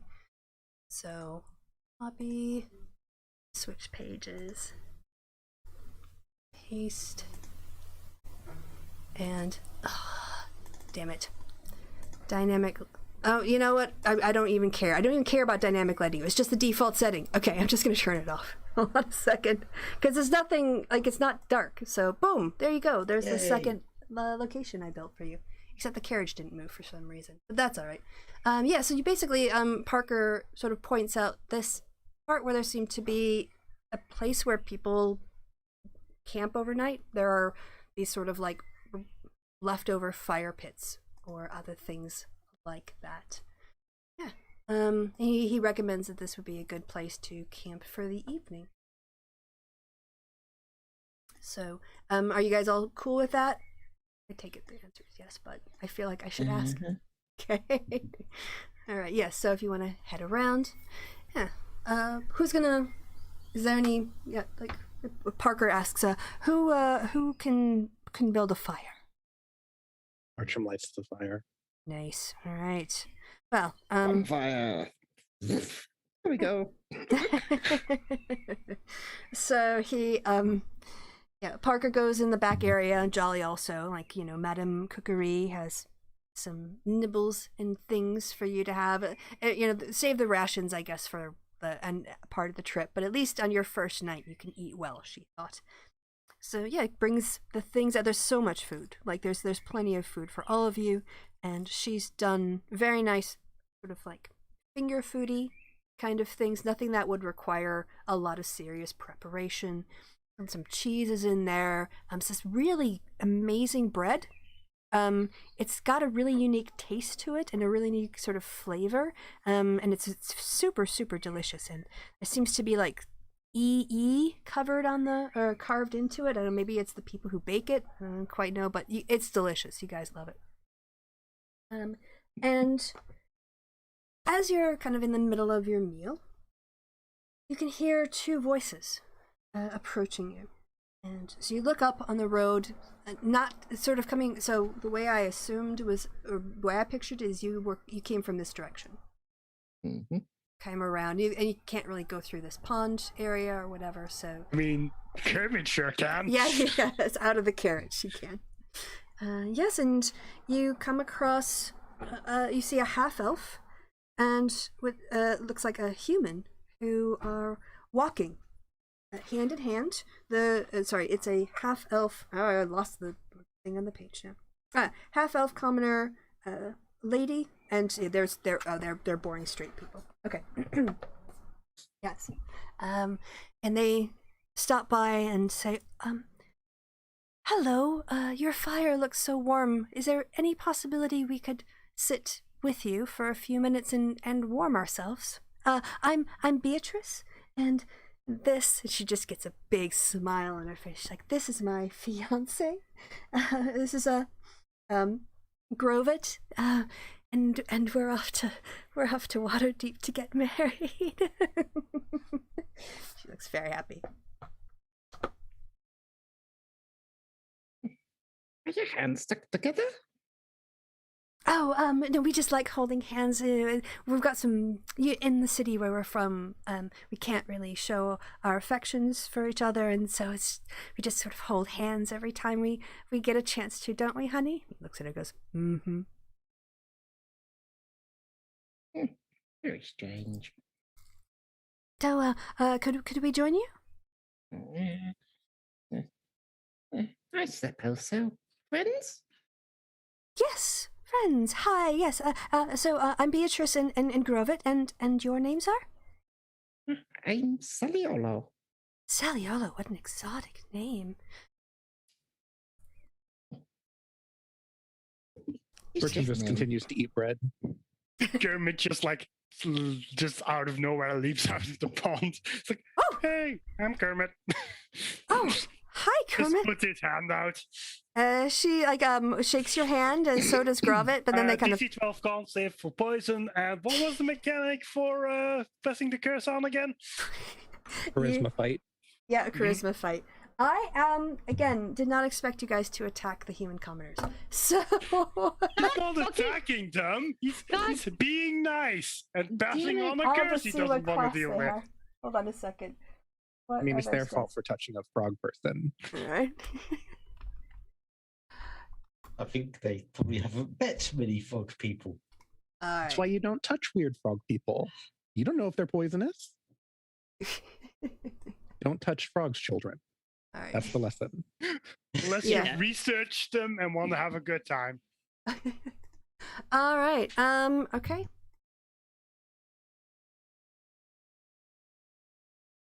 She's doing a con save, right? Mm-hmm. She's got Yep. nothing. Just better be lucky. This poor girl. Oh, sorry. You can't see it, so I will copy it because stupid default is to default whisper, but she 20'd that stuff, so maybe she's got some powers she doesn't know about. Poisoned. So that's a 20 not used for the charisma fight. 13. Okay. She tied. So I don't know what happens in these situations. She got a 13. I would You leave the assume poor defender commoner wins. alone. Well, you don't know that she's trying to kill this lady.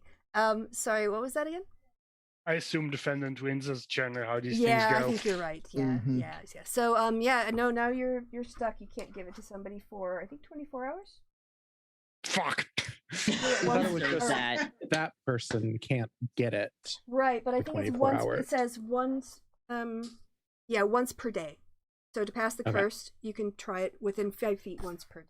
So yeah, you need to wait. till I assume once per day is after every long rest it yeah, resets. yeah. I think Just I'm not for- going to keep so we track. don't have to check. It's like, is it 24 hours? Yeah, just no. for- That's I'm not going to keep track of sunset. No, that's fine. Also, do I take some damage because I failed, or Ooh, yes. Let me see.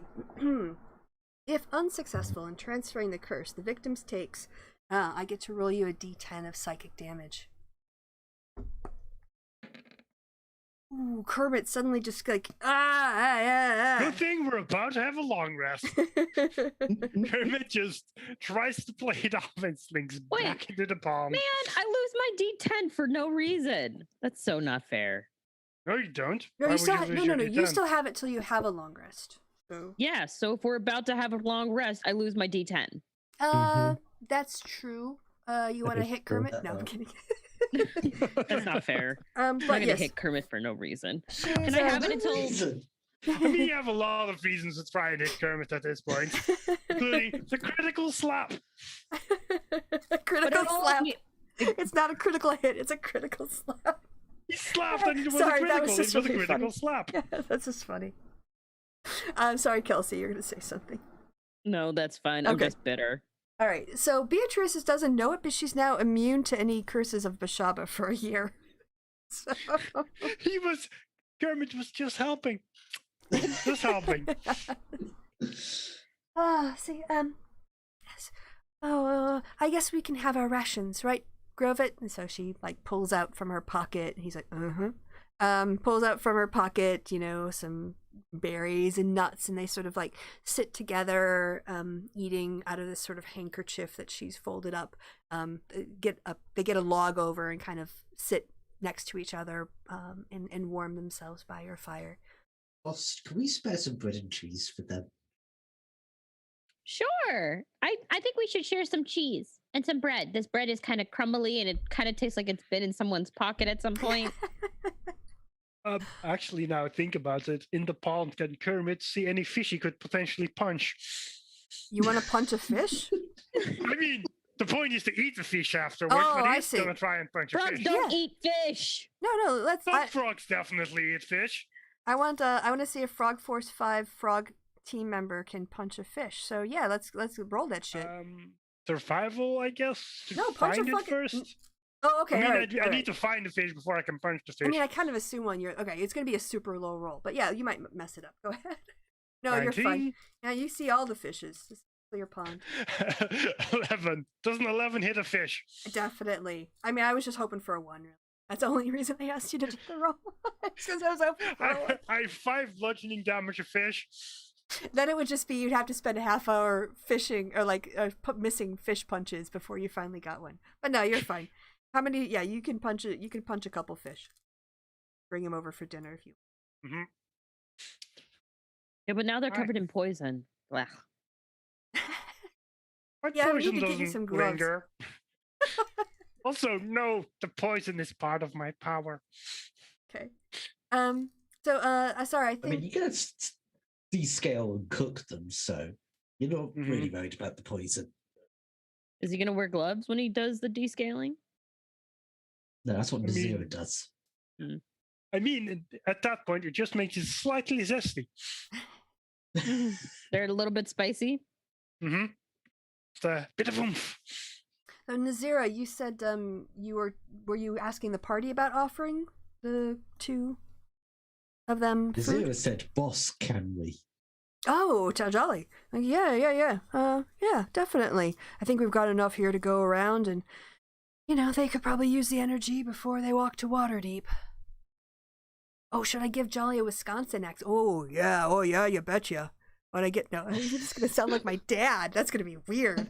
Okay, I could just channel my dad. It'd be kind of strange to have him be Jolly. Hey, Dad, I'm playing you as a mercenary half-orc in this game.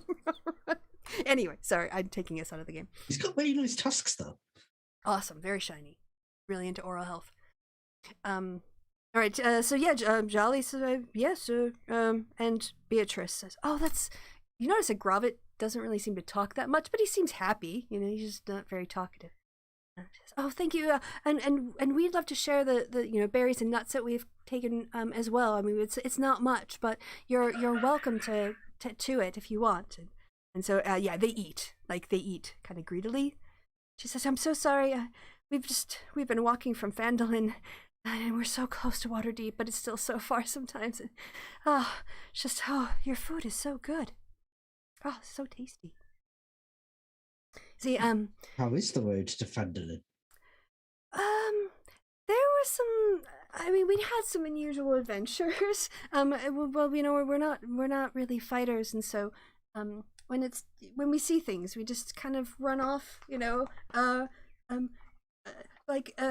really investigate. Like a little bit farther down the road, there seems to have been, I don't know, something really, really bad happened, but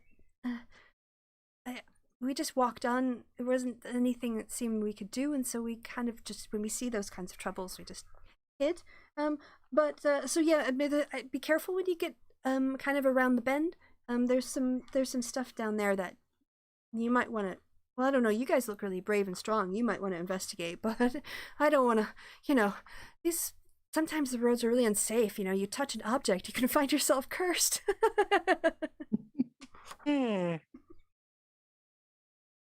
That would be terrible. Can I tell you a secret? We're actually eloping. Our families won't let us get married back in Phandalin, and we just decided our love was too powerful. Isn't that right, dear? Mm-hmm. So we're off to Waterdeep to get married and start a whole new life there. What are you doing? Who are you? You look like human and elf to me, not eloping. Oh, not antelopes. It means that we're running off to get married. We've fallen in love and can't stand to be apart, and so we're running off to get married and make a new life for ourselves.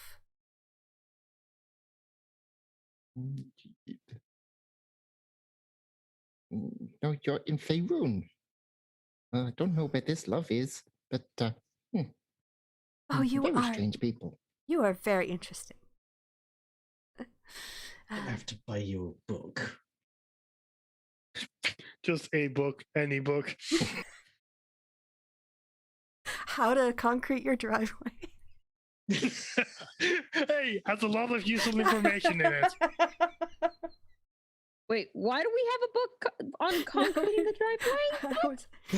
DM was being 90s. Snarky. Oh, Lord.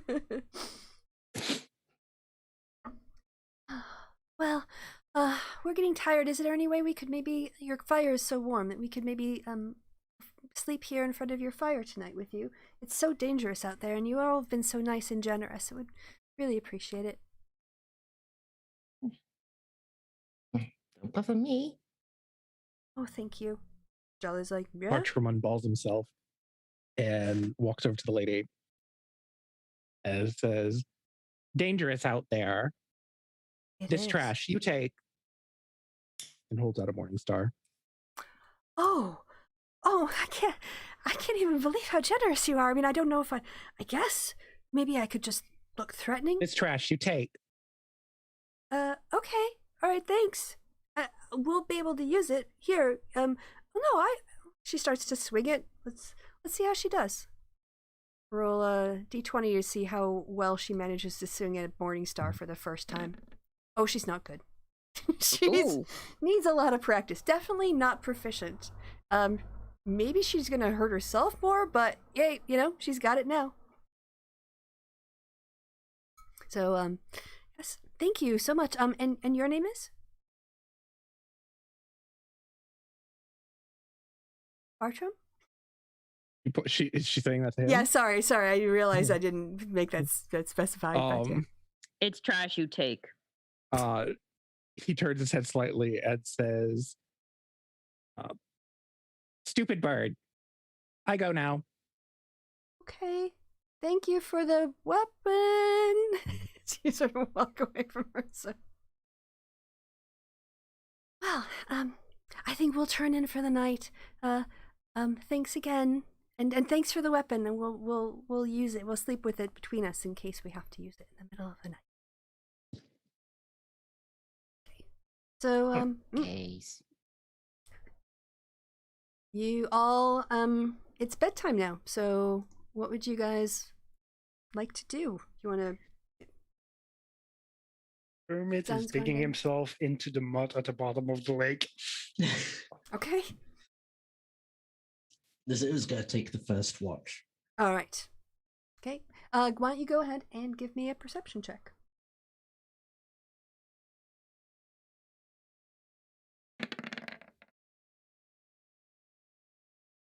Yeah, you don't really hear. I mean, you hear the night sounds. It's a cloudy night, which obscures the starlight, but on the other hand, it's not quite as crisp and cold, so it's a little gentler cold. tonight, but you don't hear anything that makes you nervous.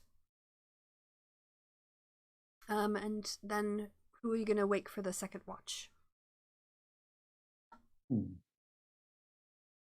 Crichton could do second watch. All right.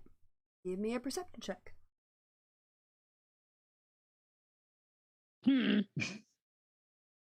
Crichton is shit.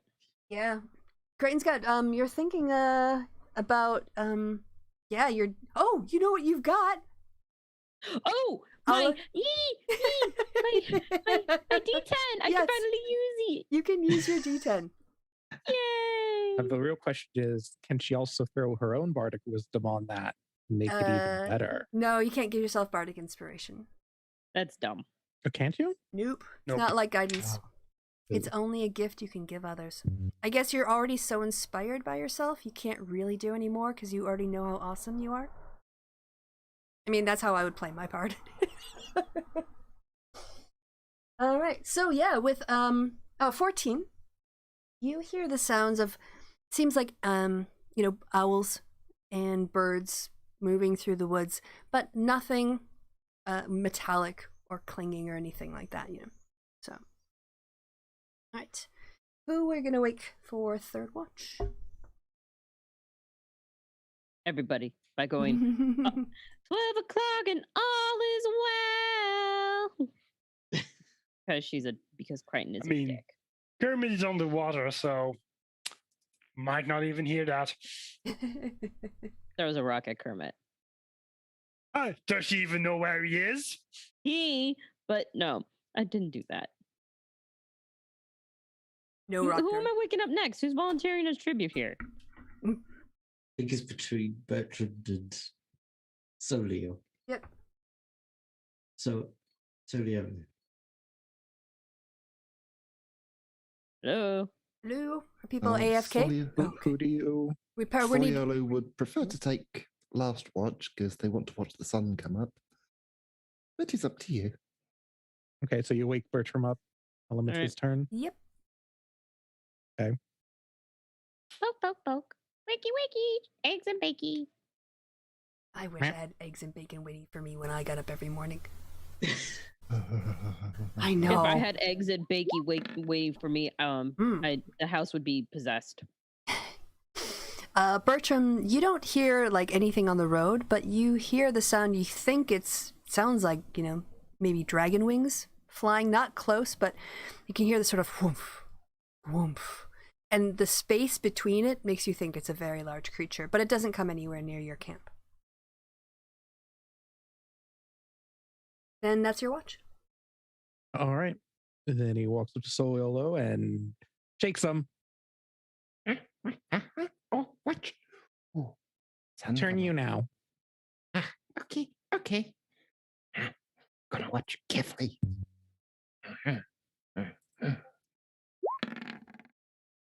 Okay. Or not. No, but you Oh, did. Sun's coming up. Yes, it's a Ooh, beautiful. It's a cloudy overcast. beauty. So it sort of grows, the sky lights up with this mist, sort of diffused light. Very pretty. You get up, you guys. The Beatrice and Grobbit have their breakfast with you, and they thank you for your kindness, and they're on their way to Waterdeep. You all Bye-bye. bye. Good luck. Maybe see you in town. Jolly gives them the business of the Yield Haunt. Says, they could, if they are starting out as a newlywed couple and they are looking for some temporary work, they can go ask and give his name. All right. Yeah, you get back in the carriage and you travel around. It's again very scenic because you've got this lovely little water thing now. But as she said, when you get to the bottom of the road, your carriage, actually, you guys want to move, well, I guess probably about here, if you see underneath the pond where I'm pinging. Yeah, I was figuring you'd be about there, where you'd see this when you come around the bend in the road. Sorry, I have to get out the text again. Ahead, on the rough road, a pair of dead horses and an overturned cart block your way. Sacks and barrels spill from the cart litter and litter the ground. trees grow close around here, and the thick undergrowth obscures the view beyond. Okay. That's what you see just by looking. You're not kind of doing a perception check. That's just your normal, what you can see in the distance without doing anything. Mm-hmm. Well, apparently I can't do an investigation either, so. No, you can. You could always try. I mean, she tried and Well, she failed. yeah. Oh, sorry. I was looking at the book. Kermit is gonna try and climb to the top of one of these trees and just have a look. Mm-hmm. Perception, I guess. Yep. Mm-hmm. No, it's There are trees. yes. No, that's a 1, so he should be able to re-roll that. No, that's only when. No, that's halflings. Oh yeah, the I'm lucky a frog. creature. Yeah, for some reason these trees have a lot of leaves, and when you get to the top, you realize your view is entirely obscured by the trees. Well, because he's chilling in the tree now. Yeah, it's a great view. Bertram's going to investigate the stuff, see what's all in there. All right, so you're getting out of the cart and walking over. Gonna have to roll badly sometime today. All right, so as you approach, you can also see that there are several goblins standing motionless in the underbrush. And also, you also think there are a couple perched in the trees. It's not in the tree Kermit clan, I assume. No, they're kind of like closer. Oh, Crichton. Yeah, you definitely see that there seem to be goblins. They're motionless. Standing in the underbrush or perched in trees. You can, you see sort of like the thing on the road ahead. You also see 2 dead horses, Solio, and other people do too. So the cart is overturned. There's 2 dead horses there in the middle of the road, and also the stuff that's that you can see as well. So now, as you approach Bertram, and you got that close. Yeah, as you approach within 20 feet, the 2 horses look dead, but they get up. Everybody click your... Oh, let me get it up. Everybody click your token and roll. When I get within 20 feet, you said? Mm-hmm. They start moving. That'd be way over 10 here. feet. Yeah, 10 feet. We'll call it 10 feet. Because you guys, Okay. because of the map I made, so... Yay. All right. Where's Something Solio? wrong. Back to rolling good. All right, I'm over here. There we go. All right. Someone has to. And it's gonna make me bloody do whisper rolls, which I hate. Oh yay! I didn't roll for shit. All right, nice. Yay, some nice rolls. All right. So, where are they gonna go in the turn order?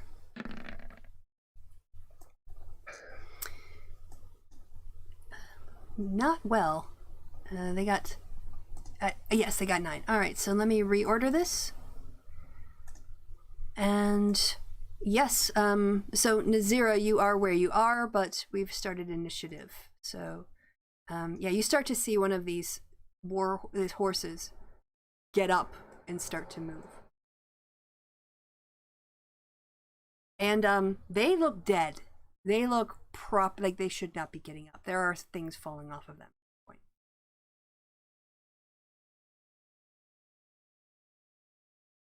Anyone else think we were lied to?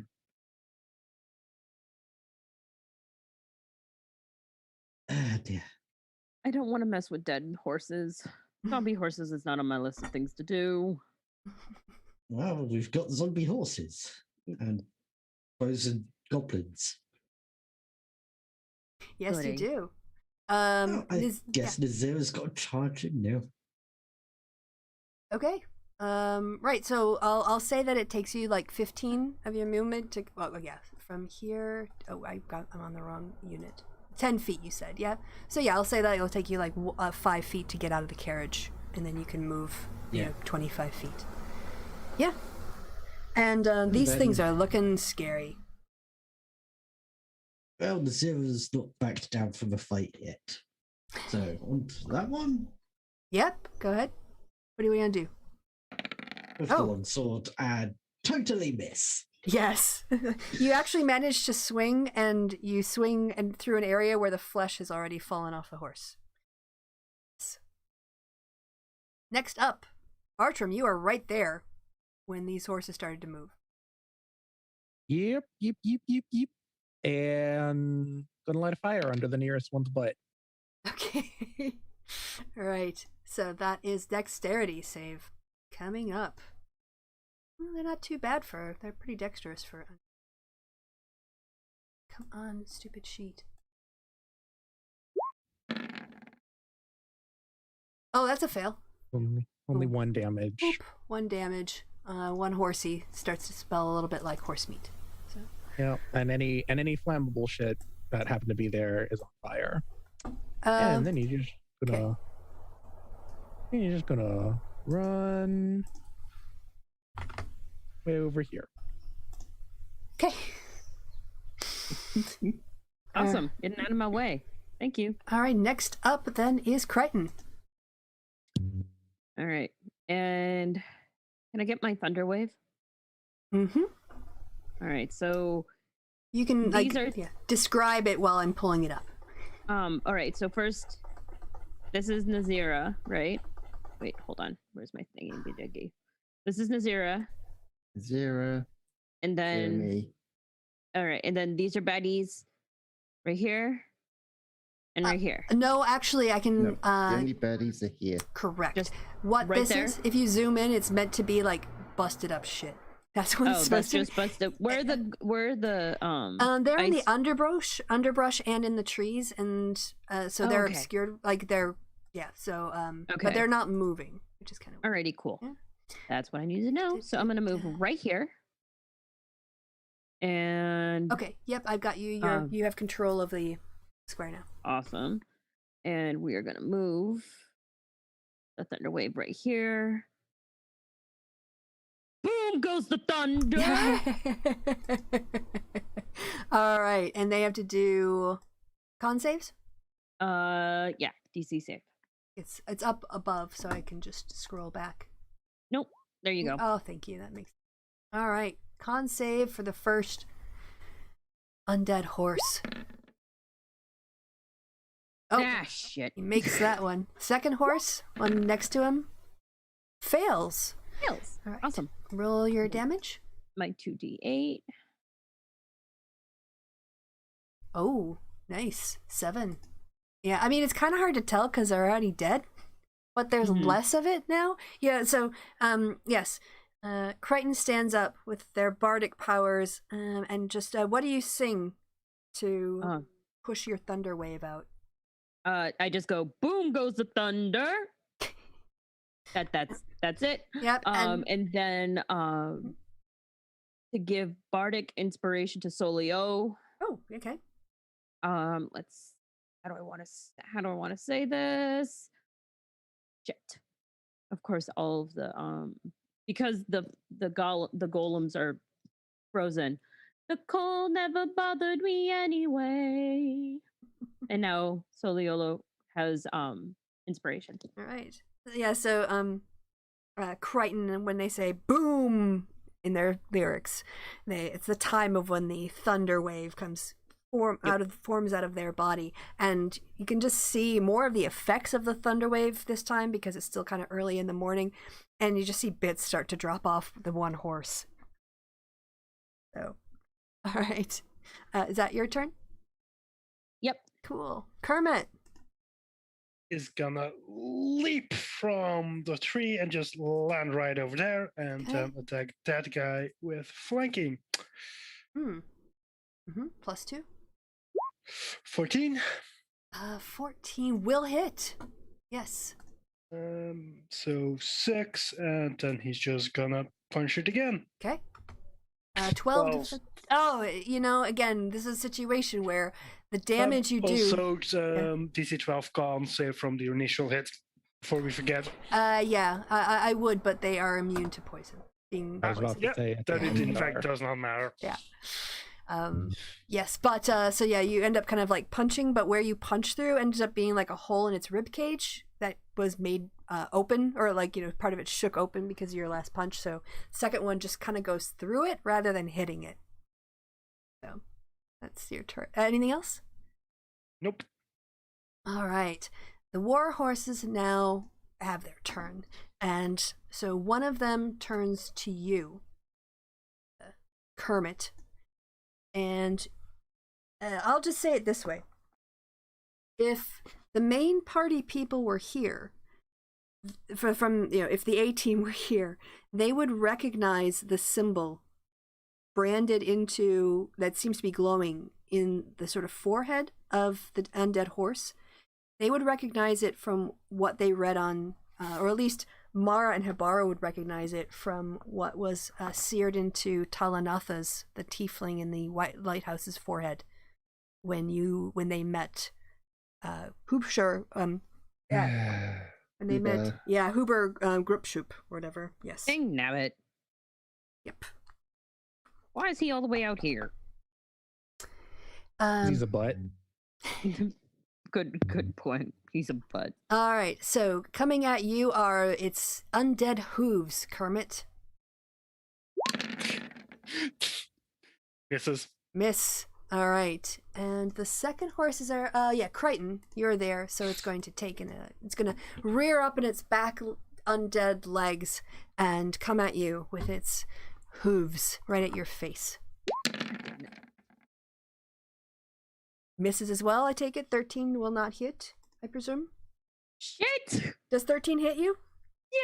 Oh, you're a squishy bard. Oh, and it really... It's It's so Wait a second. squishy. Wouldn't it have to move to hit Crichton? Because it's only next to Nazira and me. Oh, sorry. I Because kind it's of 10 feet range. I kind of forgot there's a space here because of the name tag. So yeah, I'm sorry. I'm gonna retcon all that back, and I'm gonna attack Nazira instead. Oh, thank you, God. I am very squishy. I forget that I am squishy. yeah. When you get to 6th level, 2nd level suddenly feels a lot more deadly, doesn't it? Well, that, and I'm a little less squishy as a monk / barbarian. That can rage. Yes. Yes. Although, to be honest, I think when it comes to hit high, monk, or Spart D6s, no, I think they're D8s as well. So hit dice, you should be the same as your monk, assuming decent con. Yes. I But should be, yeah. She would have had that damage, Mhm. if she was in her last Also- character, or other character. Probably higher AC with unarmored defense. Mhm. All right, so Nazira, instead, you're gonna get these right at your face. Wow, basically does the same attack and less damage. So 19 hits, I take it. Yes, the horse, 19 hits. the undead horse, stinking of rotten flesh, just lands its hooves like on your shoulders and just sort of scrapes your arms and down the front of your chest. But that's its turn, so it's done now. Okay. Well, it needs to make another check on that bonfire. Oh, right. Okay. It Yes. didn't move. I need to damn it. I don't have Grizzle up. I would just make Grizzle be the fire if I had a Grizzle up. I mean, just it's to just some remember. fire, so you could put anything there. I put the yeah. little red square. Oh, that's right. So- That's what that meant. Okay. I saw it go Yeah. up. I didn't remember what it was for. So yes, here comes a dexterity save. Let's see how the undead creature does against fire. Fails. So it takes takes 6. Oh yes, the stench of horse flesh now is really starting to emanate from this one particular horse. It smells like glue. Yep. All right. This is pissing me off. I think it's too close to this icon, so I'm just gonna move. Yeah. Okay. The DM gods to move those over because I need to get to that character and subtract points from it. So, all right. It's Got pushed away by the shock of the thunder wave. yes. The cart moved as well. Yes. Precisely. Right. So it's not. It's hard to tell. More. It's as it cooks more flesh. I'm sorry. This is really disgusting. If anyone wants me to stop, I will. But it's an undead, so I have to kind of go with the narrative. So as a bonfire underneath it roasts up, like parts of the under is starting to fall away. But I mean, the skeleton is still holding together. It's just the flesh that's falling. All right. Sorry, Soliolo. It's your turn now. Okey-dokey. They're going to hit lead undead horsey with a chaos bolt. Alrighty, dighty. Oh, undead horsey bolt. Yeah, that's gonna hit. Which one were you doing? So that's 15. 6 psychic damage. All right, and do you also have to make another roll for your wild magic? Yep.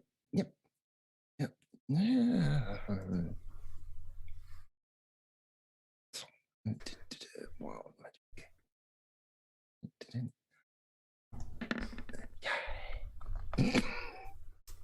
All right, you're okay, right? Yeah. Yes. You start at 10? Do we start you off at 10 or 5? No, 5. Okay. I start you off at 5. I'm going to scare you. And it reset because of last time. Yes. So. Yeah. All right. Yes. So it, you see the horse. It's sort of like it's got a kind of a gravelly sound now to its normal neighing. It's more like as it shakes its head, trying to shake off the psychic effect, but it takes the damage anyway. Nazira. Okay. Going to take one step this way Mm-hmm. and cast Tasha's Caustic Brew. Oh, okay. All right. I'm I'll gonna stick that there for you. Thank you. Let's see if they make the dexterity save. No. Oh no, did not. So it's now covered in acid. All right, so you get to roll 2d4. Oh, it's at the start of its turn. Okay, so at the start of the I war. already rolled it anyway. All It right. rolled automatically. Oh, I rolled it up. Okay, let's just do it now. I mean, if they're...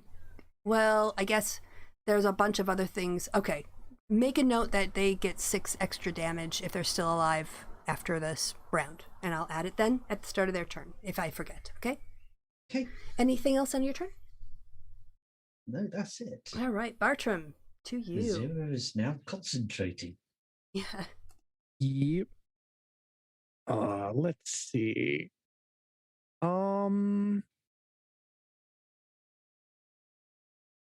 Yeah, we're just gonna blink the bonfire again. All right. So One more. why are you doing this?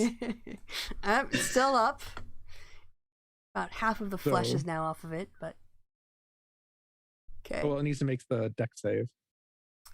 Oh, I just took it off, but okay, yeah, I guess I'll make him do his deck save. Can add it back on if I Might have to. win. It might. It didn't. I'm sorry, that was the initiative. That was the wrong one. Oops. That's okay. It's because I was just dragging it and it clicked the wrong button. Dexterity save. There we go.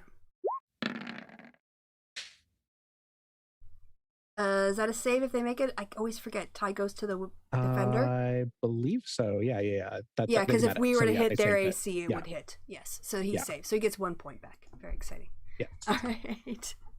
All right. A little bit more resistant. Anything else for your turn? Nope. Crichton. All right. Freaking the zero's in my way. Oh, Kristi, did you do the one for the other one as well? The Caustic Brew. It's not. I haven't taken the damage off yet because it's not the start of their I turn. meant the.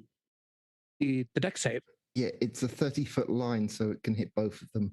Oh, sorry. No, I only did the one. Because I have too many things to think about. Deck save for horse number 2 coming up.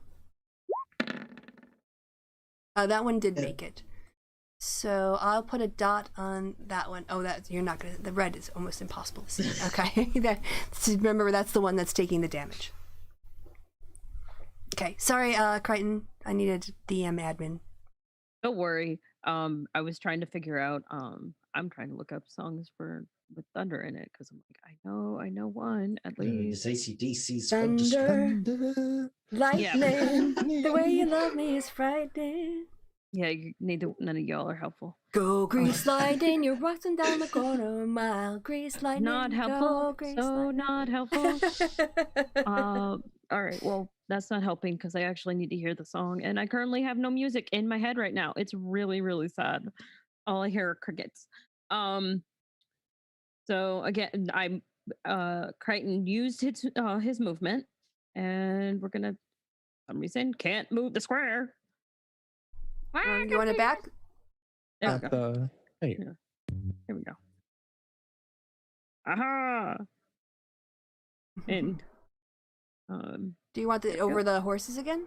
Yeah. Yes, over the horses. There we go. I have to avoid hitting my teammates. Right. Well, you don't have to. She's It's very a nice. good idea not to.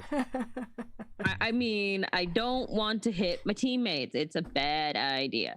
So 2 con saves? Yeah. Yes. Oh, that's a fail on the first one. That's on yes, the bonfire. that's definitely. And the one behind him is rocking it. God. But that one in the that- front. That second one. That is second one is just Yeah. like let's just do it. the ninja But 12 horse. this time. You can describe how your thunder wave takes out the rest of that horse. Basically, the sound of thunder just goes boom, and it ripples through the dead carcass of the body, and the body just kind of explodes with sound. Yes, you can So hear. Kermit ends up covered in Yeah. horse bones. Yes. Oh, you can do a dexterity saving throw with a DC 15 check. Yellow. See if you make it. 15. Mhm. Okay, dex saving throw. Can you avoid? 15. Yes, you avoid. You managed to just get out of the way of the exploding as a big piece of dead horse flesh lands where you were just standing 2 inches away. So, okay, yeah. Anything else with your turn? Is that everything you wanted to do, Kelsey? Yes, that was it. Okay. Oh, Mhm. wait, no. Okay. And Filiolo gets bardic inspiration again. I mean, doesn't she still have it? Is Because it- you can, That's because true. you can decide to use it within 10 minutes. So I'm pretty sure Mhm. she hasn't used it yet. Who's up once next within then? the next 10 minutes. I'm Kermit. the one Kermit. Oh, attacking Kermit. next. Okay, well, Kermit. Crichton goes, I'm proud to be an American. I know I'm free. And he's totally off key and out of your way, and you can't hit him. So you've got a very painful bardic inspiration. Yes. Kermit, it is your But turn. it's still Yeah. positive. He's like, ha! You can't hit me now, bitch. I can't hit the source of my pain, but I can beat this dead horse. Like being a dead horse with a stick. Oh, the flanking would be gone, so that's just okay. an 11. I'll Okay. use that bardic inspiration immediately, then I guess. Oh, fuck, that's one away. It's only one away. Out of frustration, I'm gonna use a key point to Okay. do a flurry of blows, so 2 hits on him. Oh, yeah. 18 and 22 do in Both fact hit. hit. Mm-hmm. And 2 con saves, I guess. 13 damage, 2 con saves. You can just describe how you It's- punch it to death. Uh, That's fine. yeah, so I guess just after whiffing the first punch because it just kind of reared back, you just fucking flip kicks the horse in the face, and as it just starts stumbling back, he just kicks it in the back knee, and he just crumples. All the bones just sort of, it goes off, it collapses into pieces. So yeah, I mean, it's much easier to get, well, I guess, you can anyone got prestidigitation? Does that work for dead horse flesh? I don't know. So, but And also no con save because they're immune to poison. Oh yeah, yes. again, correct. Yeah, so you're out of initiative. Absolutely out of initiative. I think Bartram. Oriolo walks up to one of the first goblins he sees and just pokes it. Hello, hello. And then just mhm. pushes it and tips it over. Hello. It falls over, and you see that it's dead. Somebody seems to have tied these goblins. This goblin, and as you look around, as you guys will all do the investigations, all the goblins are dead. They're just propped up there. It's kind of weird, but yeah, Crichton they're. was gonna roll the investigation to actually look inside the cart. Yeah, sure. You guys can also have a look and one. Okay, so here's what you find when you go kind of digging as you're moving, kind of moving things out of the way, right, to clear the road. you get 1 casket of Luskin ice mead. You can drink it, or you think that it might be worth about 50 gold pieces in a town to a tavern. It's it's a nice thing. Right. And actually, who is anyone from Waterdeep? Yeah, No. Nobody's from Waterdeep. Okay, all right. Not technically. All right. Well, it's not really going to matter that much, but you think it would get a better price in Waterdeep. Fancier city, more things like that. All right. So. Kermit is going to try and do a backflip on the horse he killed. Okay, that's your. Yeah, you land in a horse muck. Well, I showed domination. All I need to do starts walking back to the caravan. Just looks at his feet for a second, walks into the pond first. Yeah, I was gonna say you might want to wash off. Jolly also notices, the glowing thing in the horse head. He's gonna add it to his report and his notes that he's gonna submit to the team when he gets back. And because this isn't your main adventure, I'm gonna say that this session represents your random encounters for your travel as you head to Phandalin.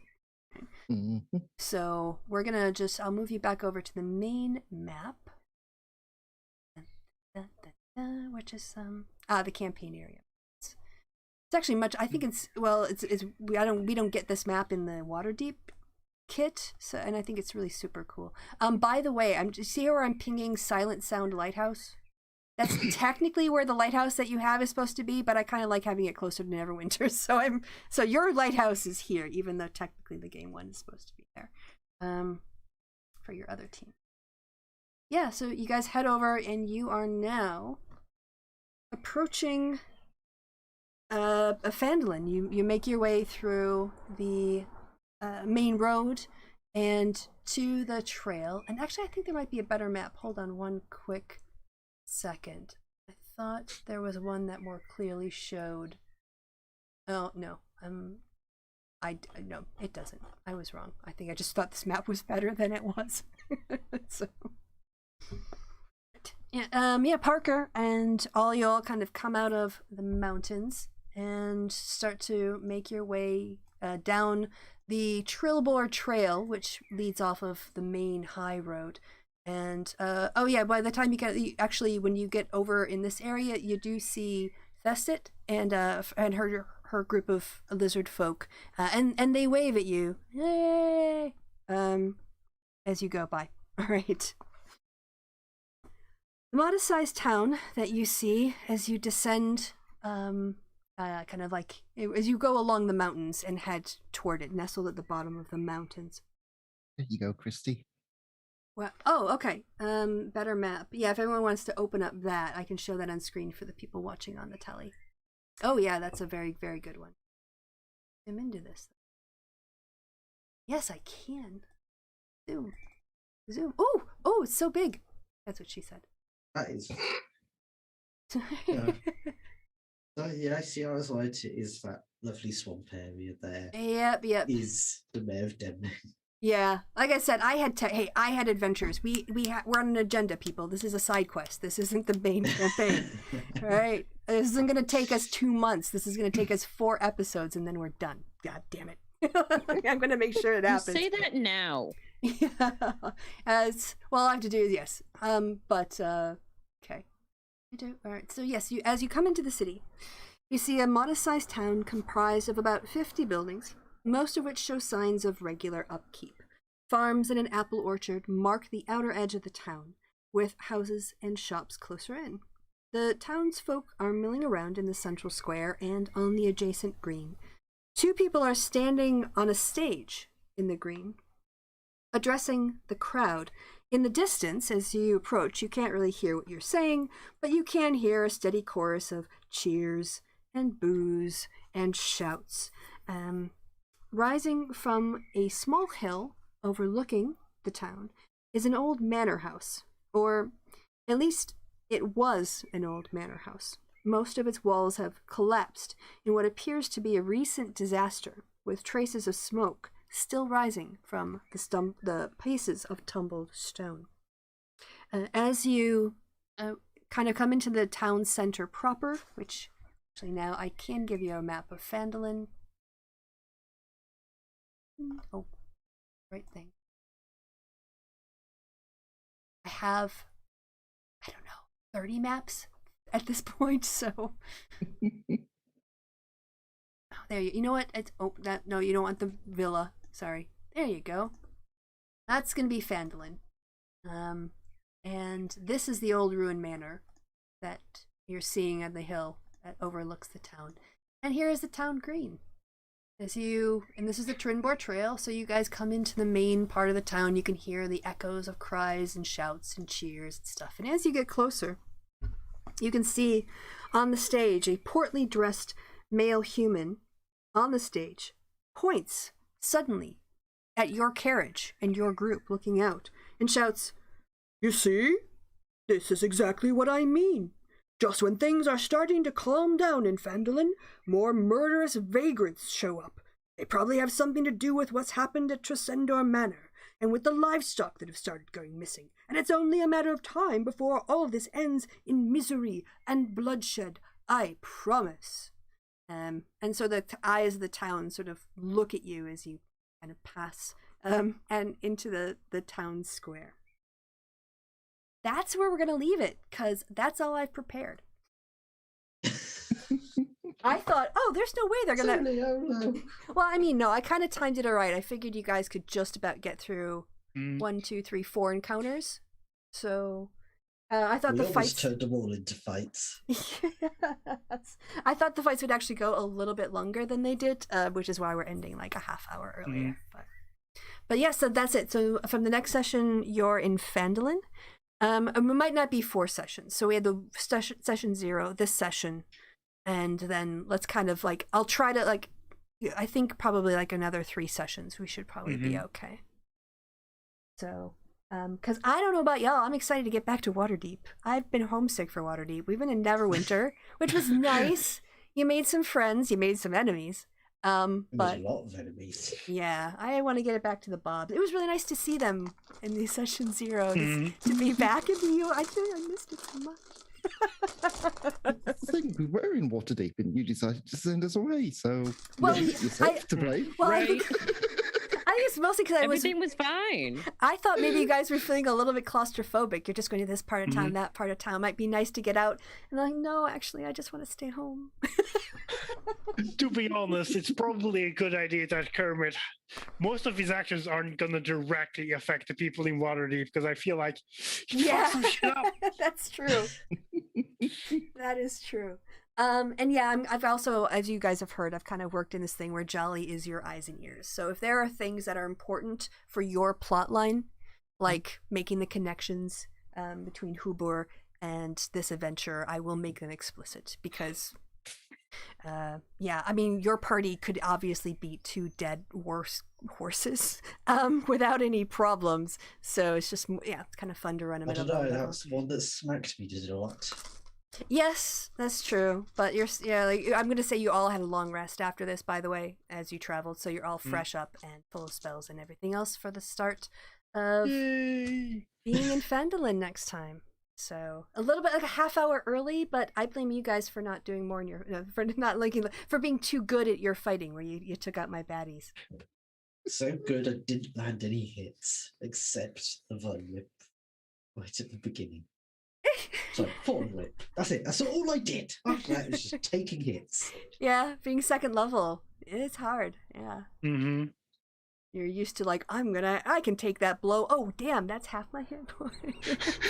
Yeah, literally, it's like, okay, I've got a monkey. He's got high AC, some decent health. He can go into middle of that group and be fine. First hit, off his health gone. Is your AC 16? 17.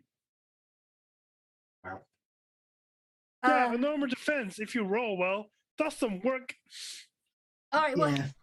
hey, I mean, I guess what we could do is to use, for those people who want to stay, for this, we could do a little bit of session zeroing I guess it would be without all the players who are going to be at the one shot because Lace isn't here.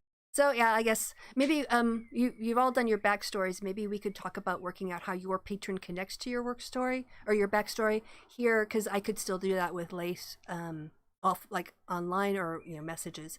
And that way we're kind of getting a bit more of a head start on next Saturday. Next Saturday is our high level one shot for people who are coming. So, but we can also do that off air. So I think I'm gonna end the stream now. And unless anyone else has anything else to say. Nope. Okie dokie, then all that's left to be said is goodbye from me and goodbye from the party. Say goodbye, party. Bye, party. Goodbye, party. They did the bit. All right.